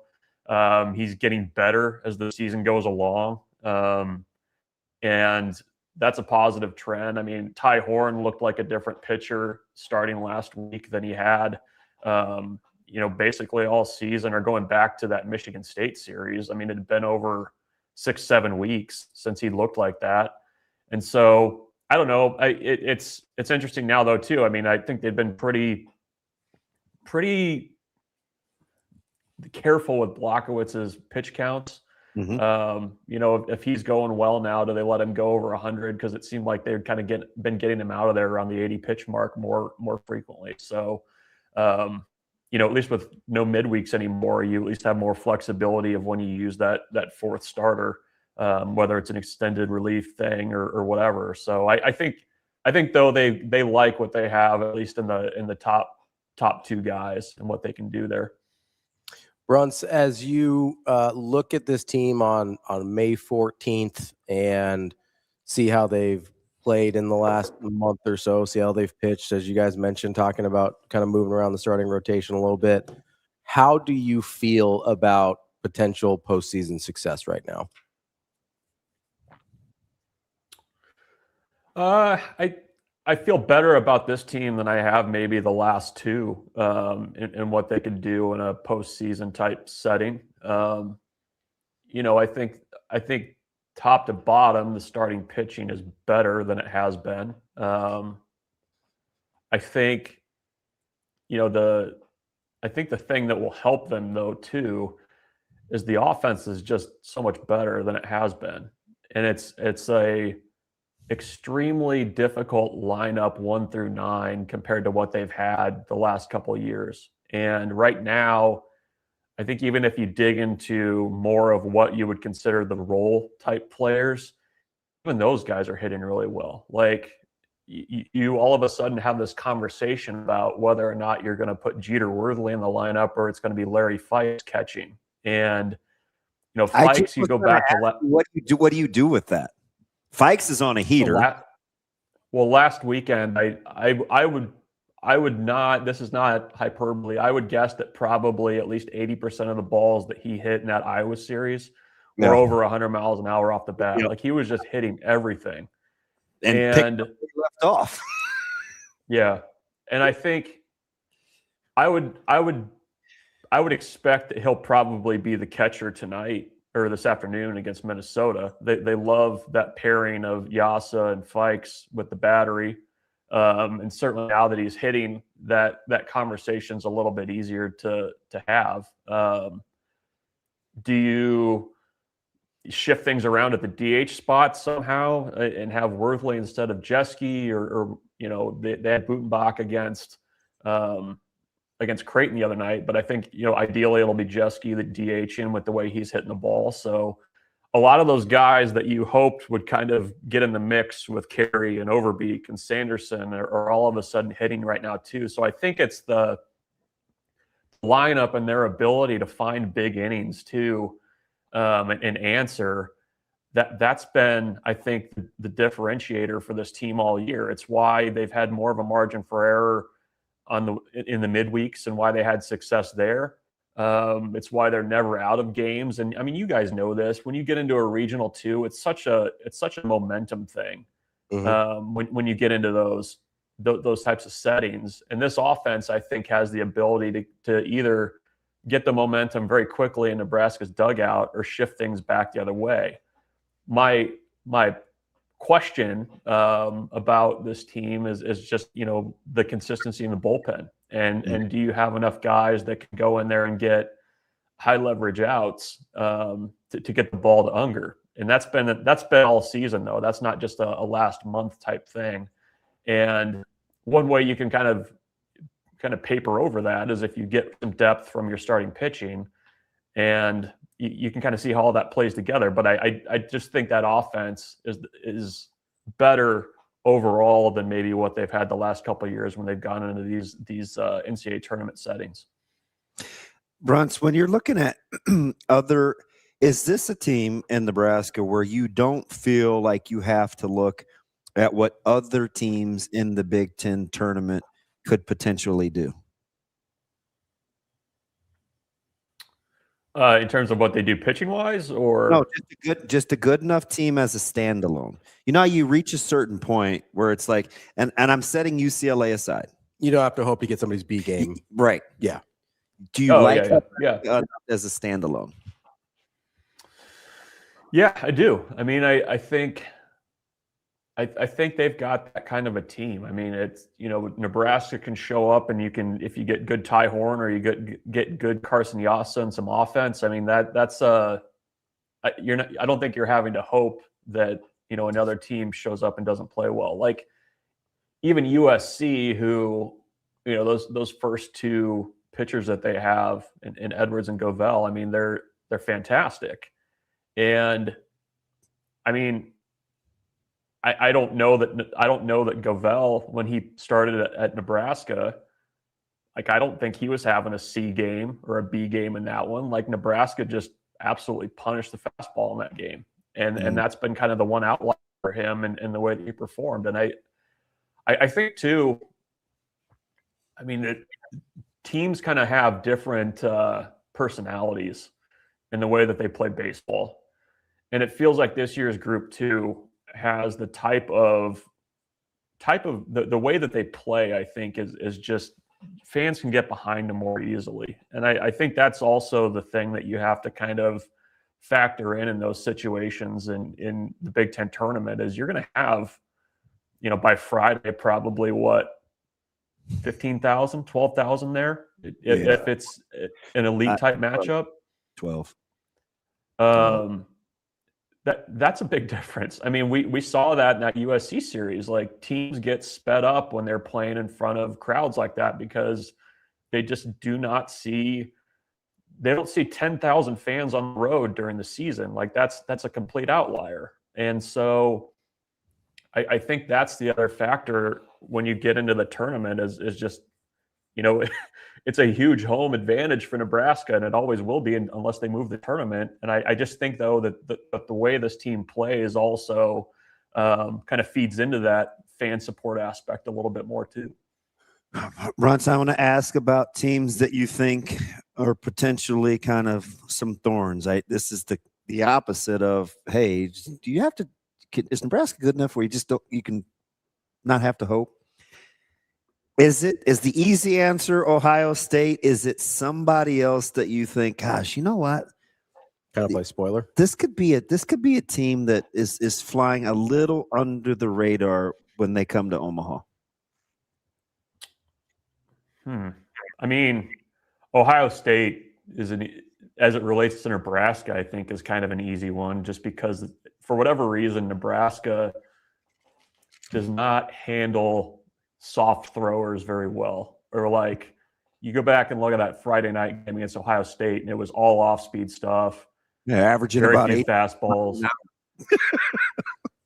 And those are just not good matchups for Nebraska. I think overall, when you kind of look at teams that could potentially be problems, I'm looking at the standings now. I mean, I know Michigan's, thought to be safely in, but they're a team that I wonder if they get a little hot, if they could do some things there. I'm trying to see who else here. Michigan's kind of on a little bit of a this is a nice little run. They're getting it together at the right time, right, Bruntz?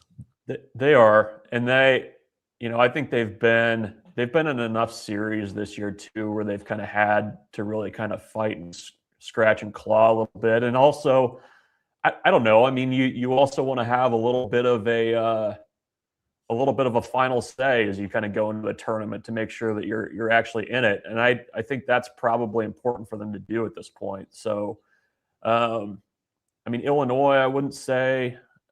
I mean, I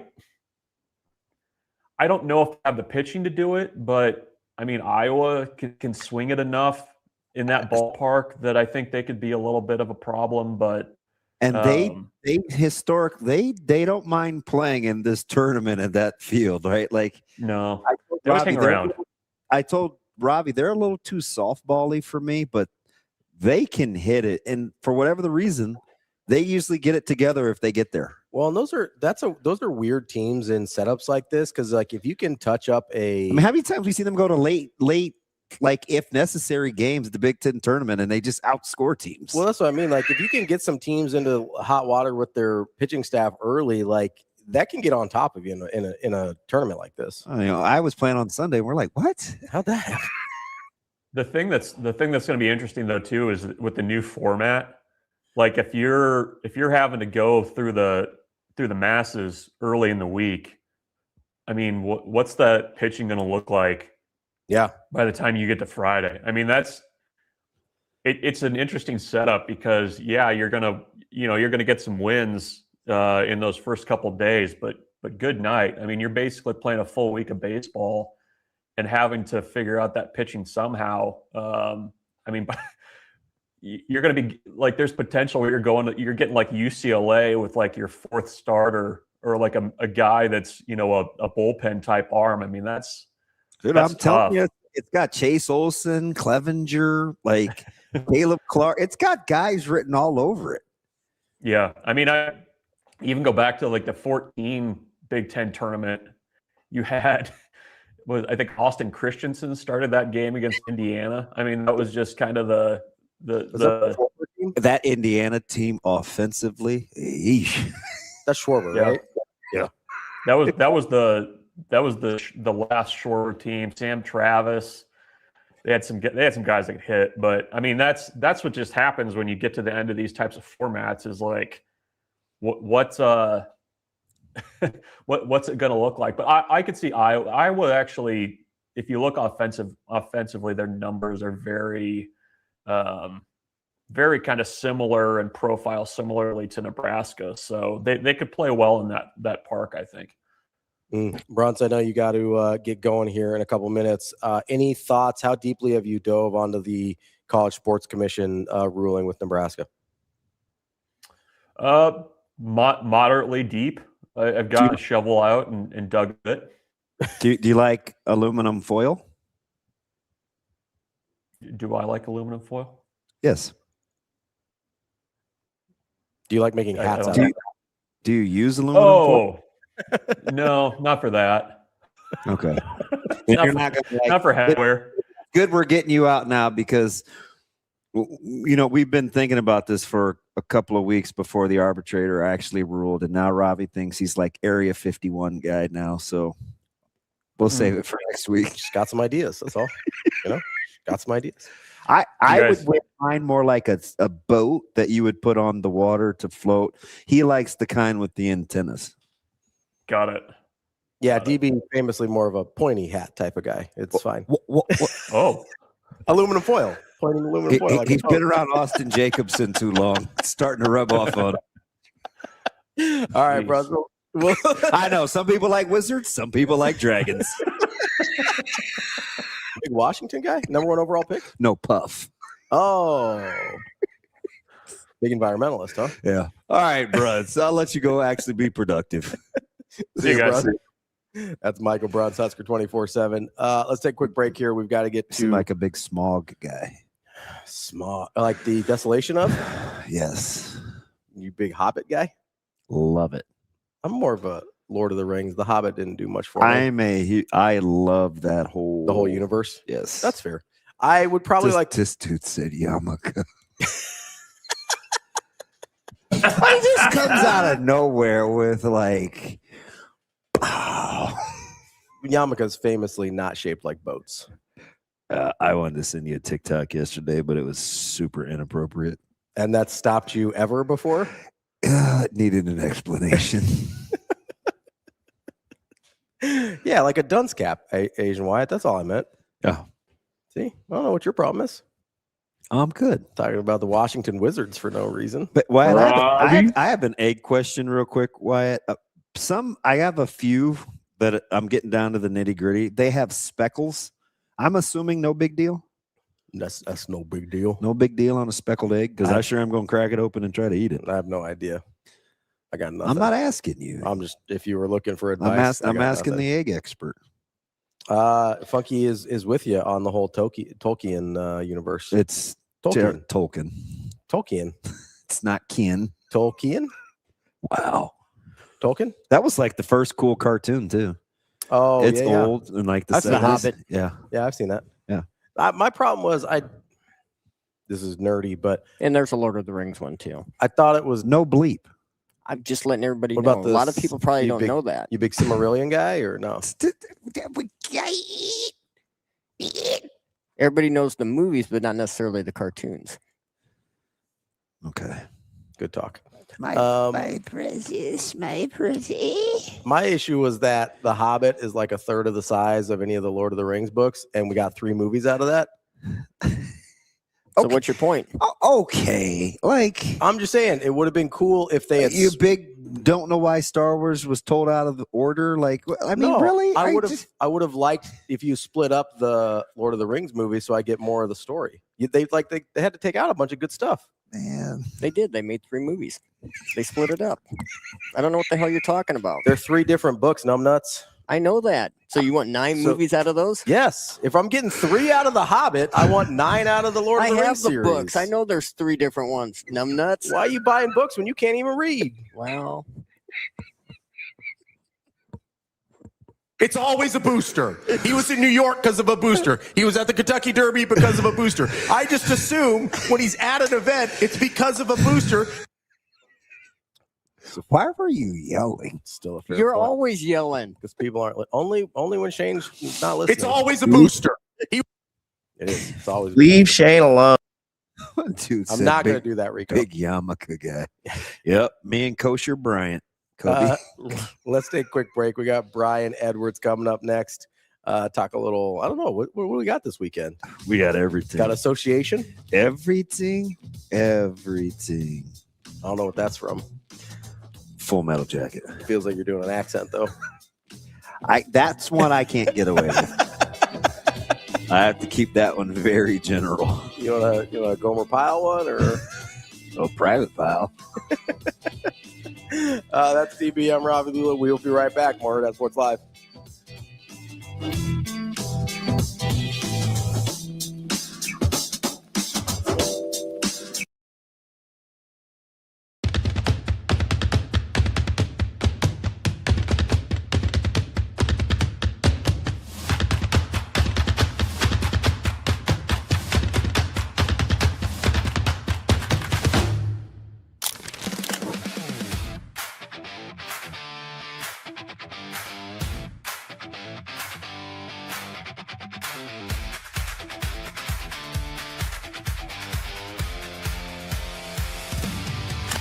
All right, Coach. First win for the program since 2018. You were a part of that roster as well with the assistant coach. How does this one feel? You know, it all comes down to our seniors. They make everything happen, but it feels so special. This is the group that was going to take us here and get us our first win since 2018, and it feels really, really good. What has the senior class been through, overcoming some of the first-round mistakes that kind of hampered you the past 2 years and now finally getting that elusive win? Yeah, they've been through, you know, a school split, low numbers. Our first year with these guys, we had 17 players that played, so we didn't even have a JV squad. So they've been through everything, but they've shaped our program. They've done everything for us, and it's been a special ride. What's it mean to have a senior like Olivia Thompson that is battling through injury, gets back for district final, and performs the way she did today? You know, I never had a doubt. I knew as soon as she went down in that Blair game, she was going to be back. I just had a feeling. And when I saw her the next day, she said, I'll be back. I'll be back for the district final, and she was.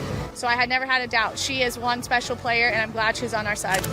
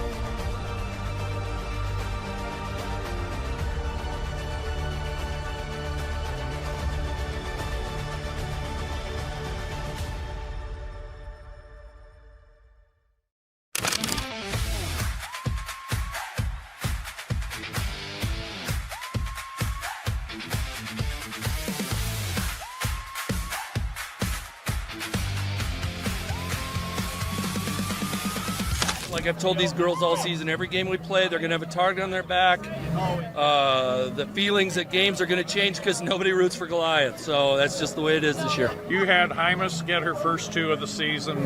Ava gets a hat trick after only scoring twice. What's that say about how your attack is set up? You know, we just, at every single practice and every single game, we stress everybody does everything together. You know, there's sayings for that over in Europe for the type of soccer they play. Mentioned on Ted Lasso, I don't know, we just figured that out here in Lincoln. If everybody hustles, everybody plays defense, everybody plays offense, everybody's going to get their shots. You know, it's live by the 3, die by the 3 as well. Sooner or later, they're going to go in, just keep shooting. Season high here for you. Yeah, most definitely. You know, it's weather and the big field, and it's Creighton, and yeah, this is just a different place to play, and we're kind of used to it.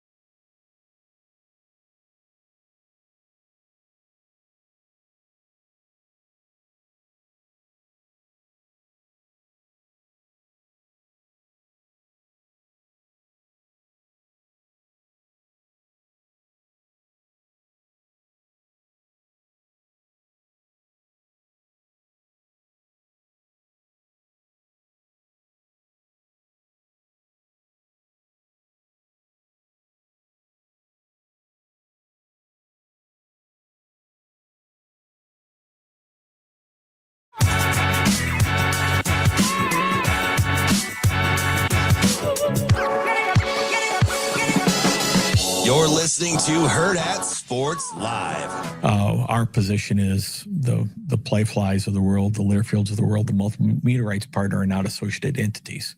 And so that was the crux of it. If they are associated entities, then our deals were not going to pass. If they are not, then our deals were going to pass. And it was ruled they are not. Now, you know, getting 2 steps ahead, the plaintiffs in the House settlement led by Kessler, we hear the name a lot, they have filed for a hearing in federal court. That hearing is going to take place June 10th. basically arguing the same position that we argued, that multimedia rights companies are not associated entities. And the decision of an arbiter is one thing, the decision of the federal court that actually decided on House is another. So that lies ahead. So regardless of what happened in our case, that decision may or may not stand after this hearing in June. Welcome back, Hurrdat Sports Live. That's DBM Ravi Lulla here at Hurrdat Sports HQ. That was Troy Dannon on Husker Sports Nightly last night talking about the College Sports Commission ruling on Nebraska's NIL deals through Playfly with some of its football players. That's a fantastic interview. I get it. It was a shorty. No, it's good, though. There's a lot in there. I mean, but we're Playfly. Yeah. Right? Like, that's a delicate conversation when you're, like, in the deal, because you're literally talking to a Playfly employee giving that answer. Yeah, and even just the other day, she was like, "Hey, I got a lot to catch you up on." Mm-hmm. No, she goes, "Am I interested?" I go, "Yeah," and she goes, "Yeah, there's a lot." I was like, "Oh, do tell," but I haven't talked to her yet. Yeah, the hearing it's on June 10th, and that will kind of give a federal court decision on whether or not these associated entities. And he gave a longer answer in that about how that's the ruling that shut down collectives, basically, was the associated entities rule. So that is, Shane, I clicked out of it. That is clip. Do you have yours open? No, I don't know if we have that clip or not, though. That specific part about the collectives. Shane, try try clip 2. I'll say it might be 2. And so the process calls for arbitration. So if your deal is rejected, then the rule says, and this is part of the House settlement, that you arbitrate. So an independent arbiter comes in and here's the athlete side of the story. Here's why the deal should be valid. And here's CSC saying here's why we believe the deal is not valid. And that process was followed. And it got a lot of attention nationally because we were the first one in the hopper for the arbitration. Why is that? Because the deals we submitted were really right after the football season. We were one of the first to get deals submitted. And so when ours were rejected, and you want to go to arbitration, timing, right?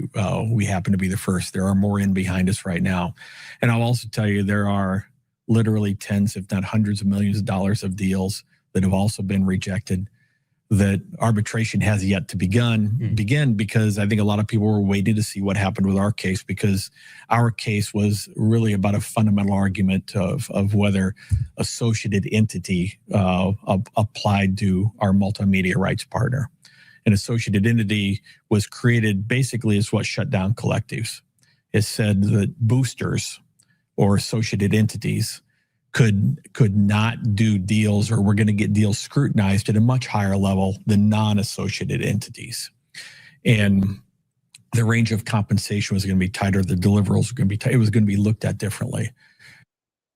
So that's the interesting part to me.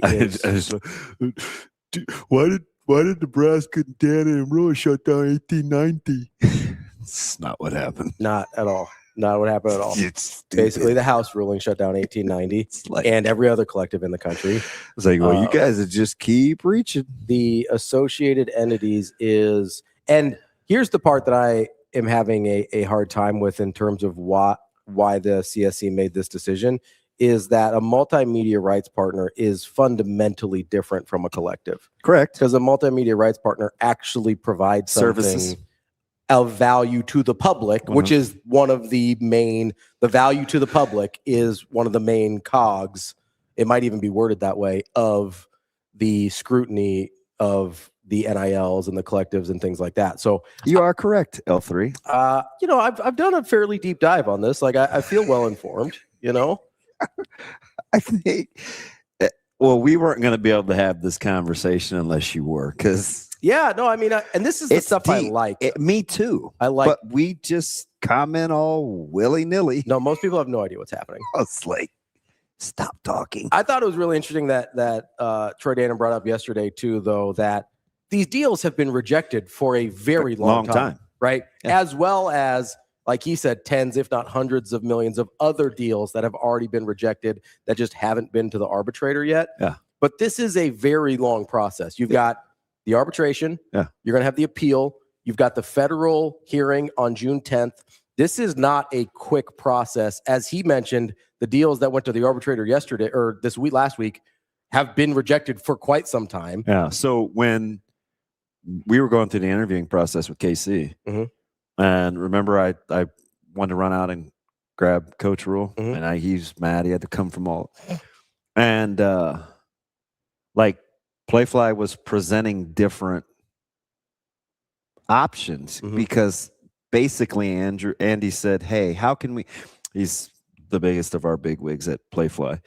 And he's like, hey, how can we help you? Like they had this whole separate side meeting, and a lot of it, I mean, Casey was like kind of not grassroots, but he was very in tune with what was going on, which was one of the first things that was impressive about Kyle.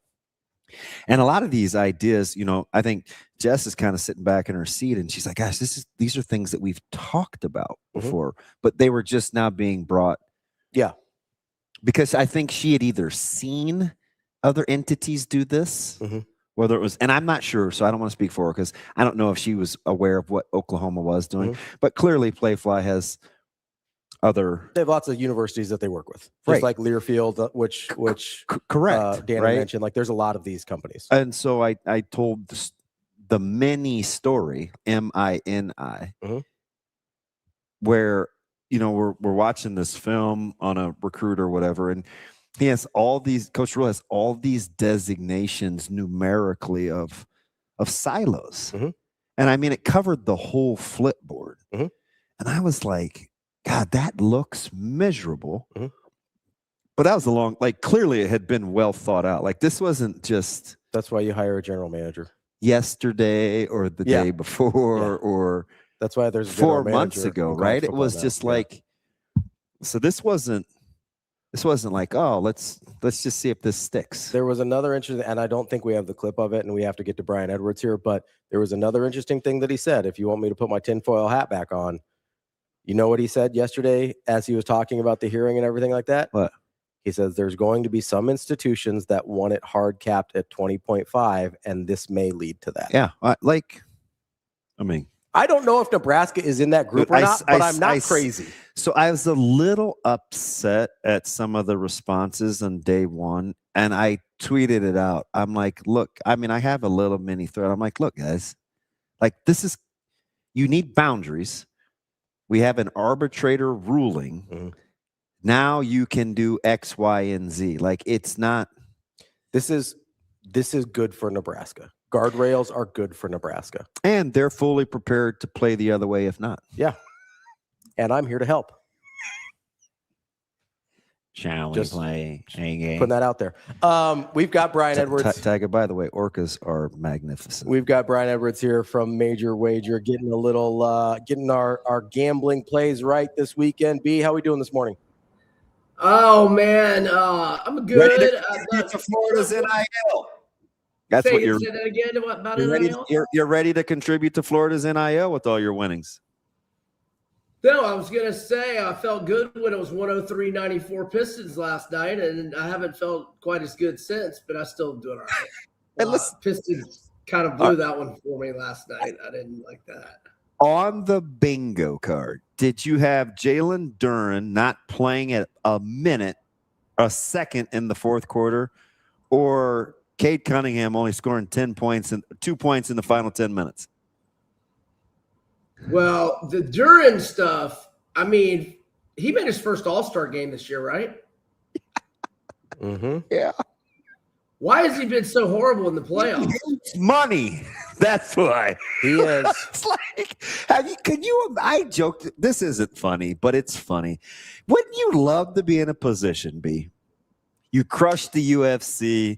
You're 10 seconds away from getting this huge bag, and you just kind of make the choice. Yeah, you know, having a lot of money would be cool, but I want to see how flammable this thing is, and you just like torch the thing. Like Duren clearly doesn't want a max deal. Like right. That's all. Right. It's like he's like, Different tax. Just too many taxes to worry about. Just forget it. Stevie, you've met these people. You know these people. Some dudes are just chokers. God, like what is going on? It's not that he doesn't like money. It's that he's a choker. It's fine. 6 of 12 games in the playoffs. He's been terrible. Single digits. Yeah. He's been Single terrible. digits. I mean, okay, his playoff high so far is 15, and the previous side of that is 12. Let's see what he averaged in the regular season. He averaged 19.5 points per game. I know. In the regular season. He's like a 20 and 12 guy, wasn't he? 19.5 and 10.5. I mean, or 20 and 11 pretty much. No, he is basically cut his stats in half in the playoffs. It's wild. Yeah, so I don't blame him for not playing him in the fourth quarter. Yeah, and Reed was playing good. I mean, Reed played all right. I mean, it's hard to play worse than Duran. It's not. As you're looking at the association tonight, you've got, or is it tonight or is it tomorrow? No, they gave the T-Wolves and Spurs an extra night. Yeah, I'll say both the game 6s are tomorrow, right? Well, they had to let Wemby's elbow heal up because they forced him back out in action without suspension or a fine. So I'm just needed one more day to get the bursa sack under control. I'm just glad they're finally treating my guy right. Oh, Lord. Just Kid give him gloves. Kid gloves. Yeah, not like they don't treat. Never mind. You've got T-Wolves and Spurs. That line or the total is at 218.5. How you feeling? Yeah, I feel like most of these series have been more under. I don't have any stats for it. More unders than overs, but not this one. Overs hit in 4 straight in this series. Combined scores of 228, and then exactly 223 in each of the last 3. So the over's on an 8-2 run in this rivalry and a 6-2 in the 8 head-to-head meetings this year, and they're not making any adjustments to it. I feel like when games go under, they adjust it like 3 or 4 points. In these games that go over, they're not adjusting at all. So I'll go over 218.5 in Spurs Wolves tomorrow. If I had to pick a side, I'd probably lean Minnesota, but I think I'm just going to roll with the over, and I'm leaning Cavs at 3.5 tomorrow. But I'd kind of like to know Duncan Robinson's status. I mean, he was playing pretty good in the series. Might have been missing his shooting a little bit at crunch time, but I lean Cavs there. I mean, it's been all home team in this series and until the 9-0 run when it was 103-94 Pistons last night. All right. I want to talk week 1 college football here a little bit. Yep. They've been in the news for a lot of other funny reasons, but let's talk about that for a second if you want to. Is that not wild? I mean, he walks out on a team in unprecedented fashion, unless we're going to talk Bill Frieder, 89 Michigan hoops. I mean, and now you're just, I mean, my man Spurrier calls it talking season, but why are you throwing all these shots at Ole Miss? And I went back and I looked at the, like, who are the players he wasn't getting at Ole Miss? Because I wrote down, where did I write down? Oh, here it is. In 2023, and I'm just talking transfer specific, because I feel like high school recruiting is a little more regional, maybe, and transfer specific is a little more national. 2023 transfer specific class, 24/7 Sports. Ole Miss number 2, LSU number 4. 2024 Ole Miss number 1, LSU number 41. 2025 LSU number 1, Ole Miss number 4, and now that Kiffin's gone, LSU number 1 for 2026, but Ole Miss number 2. So, I mean, look, of course Ole Miss has got a terrible history way back when, but in the last few years, what players were you not getting? Why are you taking shots at this school that rebuilt your career? I just do not understand it at all. But you remember like a year and a half ago, almost 2, he was telling the story how Oxford has been like this ideal spot to put his personal life into perspective and at SEC Media Days, he was doing that. Bring his significant other back into the fray. And I just like how good they were when his parents passed away, all in SEC Media Days, you know, on this. And it was like a feel-good story. Here we are less than a year later, and you take every cheap shot you can. And he asked the Vanity Fair guy for a do-over the next day, and he gave it to him, and he made it even worse.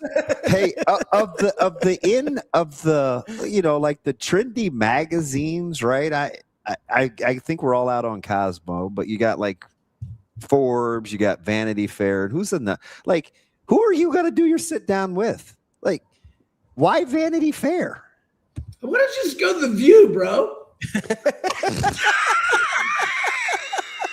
Yeah, because I could see Joy Behar and Lane Kiffin coexisting. That, maybe they are going to take like a hot yoga class together. You don't know, right? Or maybe the screenshots to the co-eds on the IGs maybe that comes out on The View. Oh God, B. It wasn't me, Damon. It was Lane, not me. All right. So what do we like with Ole Miss? Speaking of Ole Miss, week 1. All right. I don't know why FanDuel moved Ole Miss from 7.5 to 6.5. They're playing Louisville in Nashville. I just told you Ole Miss got the number 2 recruiting class in the country. They got 2 of the best players in the country, Trinidad Chambliss and Kewan Lacey. And Louisville's breaking in a new QB. I love Jeff Brom. I'm not going to say anything bad about him. Obviously, he had Purdue in the Big Ten championship game a handful of years ago. But Ole Miss at anything less than 7, I think, is stealing in week 1. Hey, can so I want to get into like these preseason win totals for next week. And as we get into the offseason, I got a hot take. And it's not a hot take, I don't think. I haven't heard a lot of people talking about them, and maybe we're not ready for this yet. Okay. I want you to take a look at the Houston Cougars. Oh, I love Willie Fritz. I'll do a deep dive on them for next week. Listen, on May 14th, you could convince me Houston's playing in the Big 12 championship. I'm pulling up their schedule now. I'm serious. Go Cougs. They seem like they should be pretty good. Yeah. And I'm big putting on the Fritz guy. Well, maybe they get Texas Tech with their 3rd string quarterback as well. Maybe Hamlin's not ready yet. I think the popular thing is Tech's had to rebuild on defense because they were so good. They just reloaded. Defensively on paper, Tech looks outstanding. Yeah, I think it'll be fine when Will Hammond gets healthy, presuming Sorsby's done. But I think that's a safe presumption. Right. I think it's a safe presumption as well. But I think Will Hammond is really good, but I don't know. He's not going to be ready till October, right? Or if that, right? Or didn't he tear the ACL in late October, early November? I want to say it was at least late October. I'm not sure. Let me check the. Take a look at Hugh. I'm telling you right now, and before you guys all drive up the win totals, and you need to take a legit flyer on Houston. October 25th is the date that he tore his ACL. So that's even if he's back, that's typically something you're probably not getting 100% version of him yet. Week 3. I mean, he could be back, but that's not going to be. Yeah. I mean, in terms of cardio, in terms of just game reps, the whole thing, it's gonna be a minute. And by the way, that line is 12.5 at FanDuel. They released their first week 3 line a week or so ago. So Houston's plus 12.5 in that game. Yeah, because I think everybody thinks Louisville's gonna be good. If I had a farm, I'd put it on the Cougs right there. That's way too many. That's a game I think they can win. Yeah. And I'm looking at the schedule. I mean, the only other underdog spots are maybe at K-State and at Utah. I need to do a deep dive on their portal and everything. But I'll say this about K-State though: the reuniting of Shirley Temple Longhair and Coach Klein will do wonders for him at quarterback. He will be back to the poster child of who people thought he could be, being reunited. More dual threat. Is that where you're getting at? Yeah. They had him in the pocket way too much. Or after the Iowa State game last year, I didn't watch maybe 4 straight quarters of K-State often, if at all.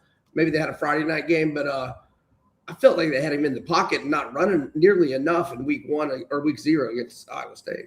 Yeah, that's a sneaky good reuniting. Sneaky good reuniting. Are you how close are you going to wait for the White House card before you take a deep dive? Well, I went ahead and played Derek Lewis a little bit just because I know I'm going to do it. I just know I'm going to do it. I might as well do it before the odds move against me. He's going to be super fired up, and he's he's fighting a certifiable wackadoodle. But Yes. I mean, he's riding the run his mouth card wave because it worked for him last time out. I mean, Hookett looked great last fight, and Derek Lewis looked terrible. But let's remember now, Hookett is he can easily be a light heavyweight, and D. Lewis is, if he lands him a good one. I mean, Blades is not known as a striker. Blades had Hookett hurt. You see his face? It looked like hamburger. He can't take that from a puncher, right? Yeah. At least I don't think so. But isn't he like 3-1 right now? I think it was plus 255 or something. I just threw a little small change on it like Saturday when I was making my UFC picks. And I'm sorry, I don't have TikTok on my phone, so I couldn't look at that link. Oh man, then you're no fun. I mean, I might have to kick you out of the friendship group, man. Man, I just don't have it on my phone, man. Maybe I could copy the link and throw it to my computer. Yeah, it was irregular betting patterns at UFC. Oh, you're right. I texted you about that, and he won. He ended up winning. And I had a Brady Volkov parlay, and when they kept the fight on, I wanted to bet Brady as an underdog, but my books had it off the board. But whereas FanDuel you could get Brady plus 190. So they asked him. He said they came to his locker room 2 hours before the fight, and they're like, "Hey, man, you good? Like, there's some crazy irregular betting patterns here. We've seen the line reversal." And in true typical his style fashion at the presser, he's like, "Look, man, I don't know if I'm plus 1,000, minus 1,000, but all I know is somebody lost an awful lot of money." And he said he also told Hunter Campbell, "I'm healthy and I'm about to dominate and kick this guy's ass." Dude, he told him that too. I saw that in an interview. Oh, and he was not lying. He dominated every that's second. what I sent you. That's what I sent you. Okay, cool. I'll check it out. That's our guy, Brian Edwards, Major Wager Beat. We appreciate the time as always. We'll talk to you next week. All right, guys. Thanks. See you. That is Brian Edwards, our Vegas insider from Major Wager. Great stuff there. Can you imagine that? I might be like a functional human if I took TikTok off my phone. No, that doesn't seem likely. You'd find something else. Well, I'm not out of my house enough. I need something to do. Yeah. I mean, what do you mean? Before TikTok, it was Vine, and you'll find something. Dude, you'll find something to do. Vine might have been the greatest I remember thing ever. Back in the day before you wanted to do shows with me and I'd come in to do middays, and you would just be talking about Vines all the time. And I'm like, Vines. I'm like, what is this dude doing? What's wrong with this guy? Sweet Chuck, I am a huge sharks killer whale guy. Yeah. Yeah. Kobe, you'd be proud of me. I vacuum sealed Zoe's corn dogs yesterday, and I made sure they were absolutely frozen, and they have no wrinkles. What were they doing up here today? Zoe wanted to see me. She never said why. Oh, she just came up to say hi? Sometimes she just misses me. Oh, that's nice. She wanted another goodbye when I was pulling out. Micah was like, I'm surprised Micah wasn't. She's like, you didn't say bye. Surprised Micah wasn't sensitive about that. She just goes through missing her dad moments. My favorite shark, easily the great white. Yeah? Yeah, exactly, Hoss. No wrinkly wieners. It's perfectly vacuum sealed. Yeah, well, I mean, you do like a killer. She got home late from her softball game last night, and I made her one corn dog already, and she's like, "Can I have another?" And I was like, "We kind of got to find something else. I vacuum sealed these in pairs." You would like great white sharks. I can't believe I just said that, but I did. Did you hear Rico? He said you would like great white sharks. You're basic. There's only 3 to really care about. They're either bulls, tigers, or greats, and tigers like eat trash cans. So Hammerheads are bigger than all of them. It depends on the breed. You can get giant hammerheads, which are bigger than regular hammerheads, but they're ugly and their peripheral is worse than mine. So Give me a black tip reef shark all day. yeah, very docile. Still afraid of people. I thought you strike me as a thrasher guy. Little, fast. The thresher shark with the long tail? Yes. Nah, that's KJ's favorite though. Oh, okay. Big shark family over there, Rico. Big animal family. Yeah. Okay. I do like I like apex predators. There was a really easy joke there that I promised I wouldn't make anymore, and I stopped myself. I just want you guys to know that. Was that Rico's expense? 100%. Yeah, we shut it down. Well, you can get Rico. No, I told him I wouldn't anymore. Not about that. Yeah, boy. I told him I shut it down. You're welcome, Rico. How did you have baby shark? Are you talking about the kind like the balas? Like those aren't real sharks. I used to have like 7 balas. The balas, like the shot collas? They're like 20-inch silver and rims? black. They're bala sharks. You can get them at That's not a real shark. fish and for aquariums. That's not a real shark. No, I know. I'm trying to figure out what Sweet Chuck's talking about. Come on, man. Come on, man. Yeah, bull sharks are a menace. You know what's a better combination than DB and sharks? What? Pizza and beer. That's the special today at Hurrdat Sports Bar and Grill. Yeah, I don't know about that. 8-inch one-topping pizza and a 16-ounce Cornhusker Crusher draft for just $9. Pizza and beer, $9. That's the kind of combo that gets you ready for the weekend. Kick back, catch a game, and start your weekend off right and a little sooner at Hurrdat Sports Bar and Grill in La Vista. I got you. Yeah, you and your 8 inches. Have at it. Just $9. Is that all? Have a beer while you're at it. Cornhusker Crusher. Oh shoot! You good? You can Yeah, make it? I ate that. I'm gonna sit on that. That's fine. Let's keep it pushing. All right, I think that's the show. I was gonna say we'll take a break. No, the show's over. So play the music? Yeah, go ahead and play the music, Shano. It's good to see you guys talking again. That's nice. Oh, we were talking during the break. It's fine.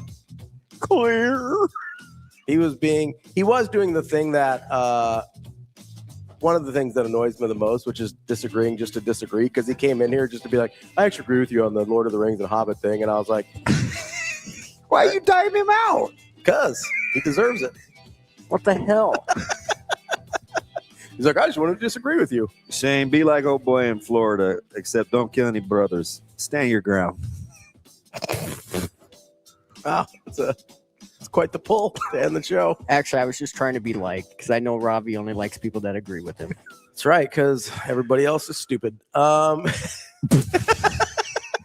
just serious. That's the show for today. We'll be back tomorrow, and maybe if you're a VIP club member, you might be getting a little film study today. We'll see. That's DB. I'm Ravi Lulla. We'll be back tomorrow with more Hurrdat Sports Live. See you. Have a good day. Love you.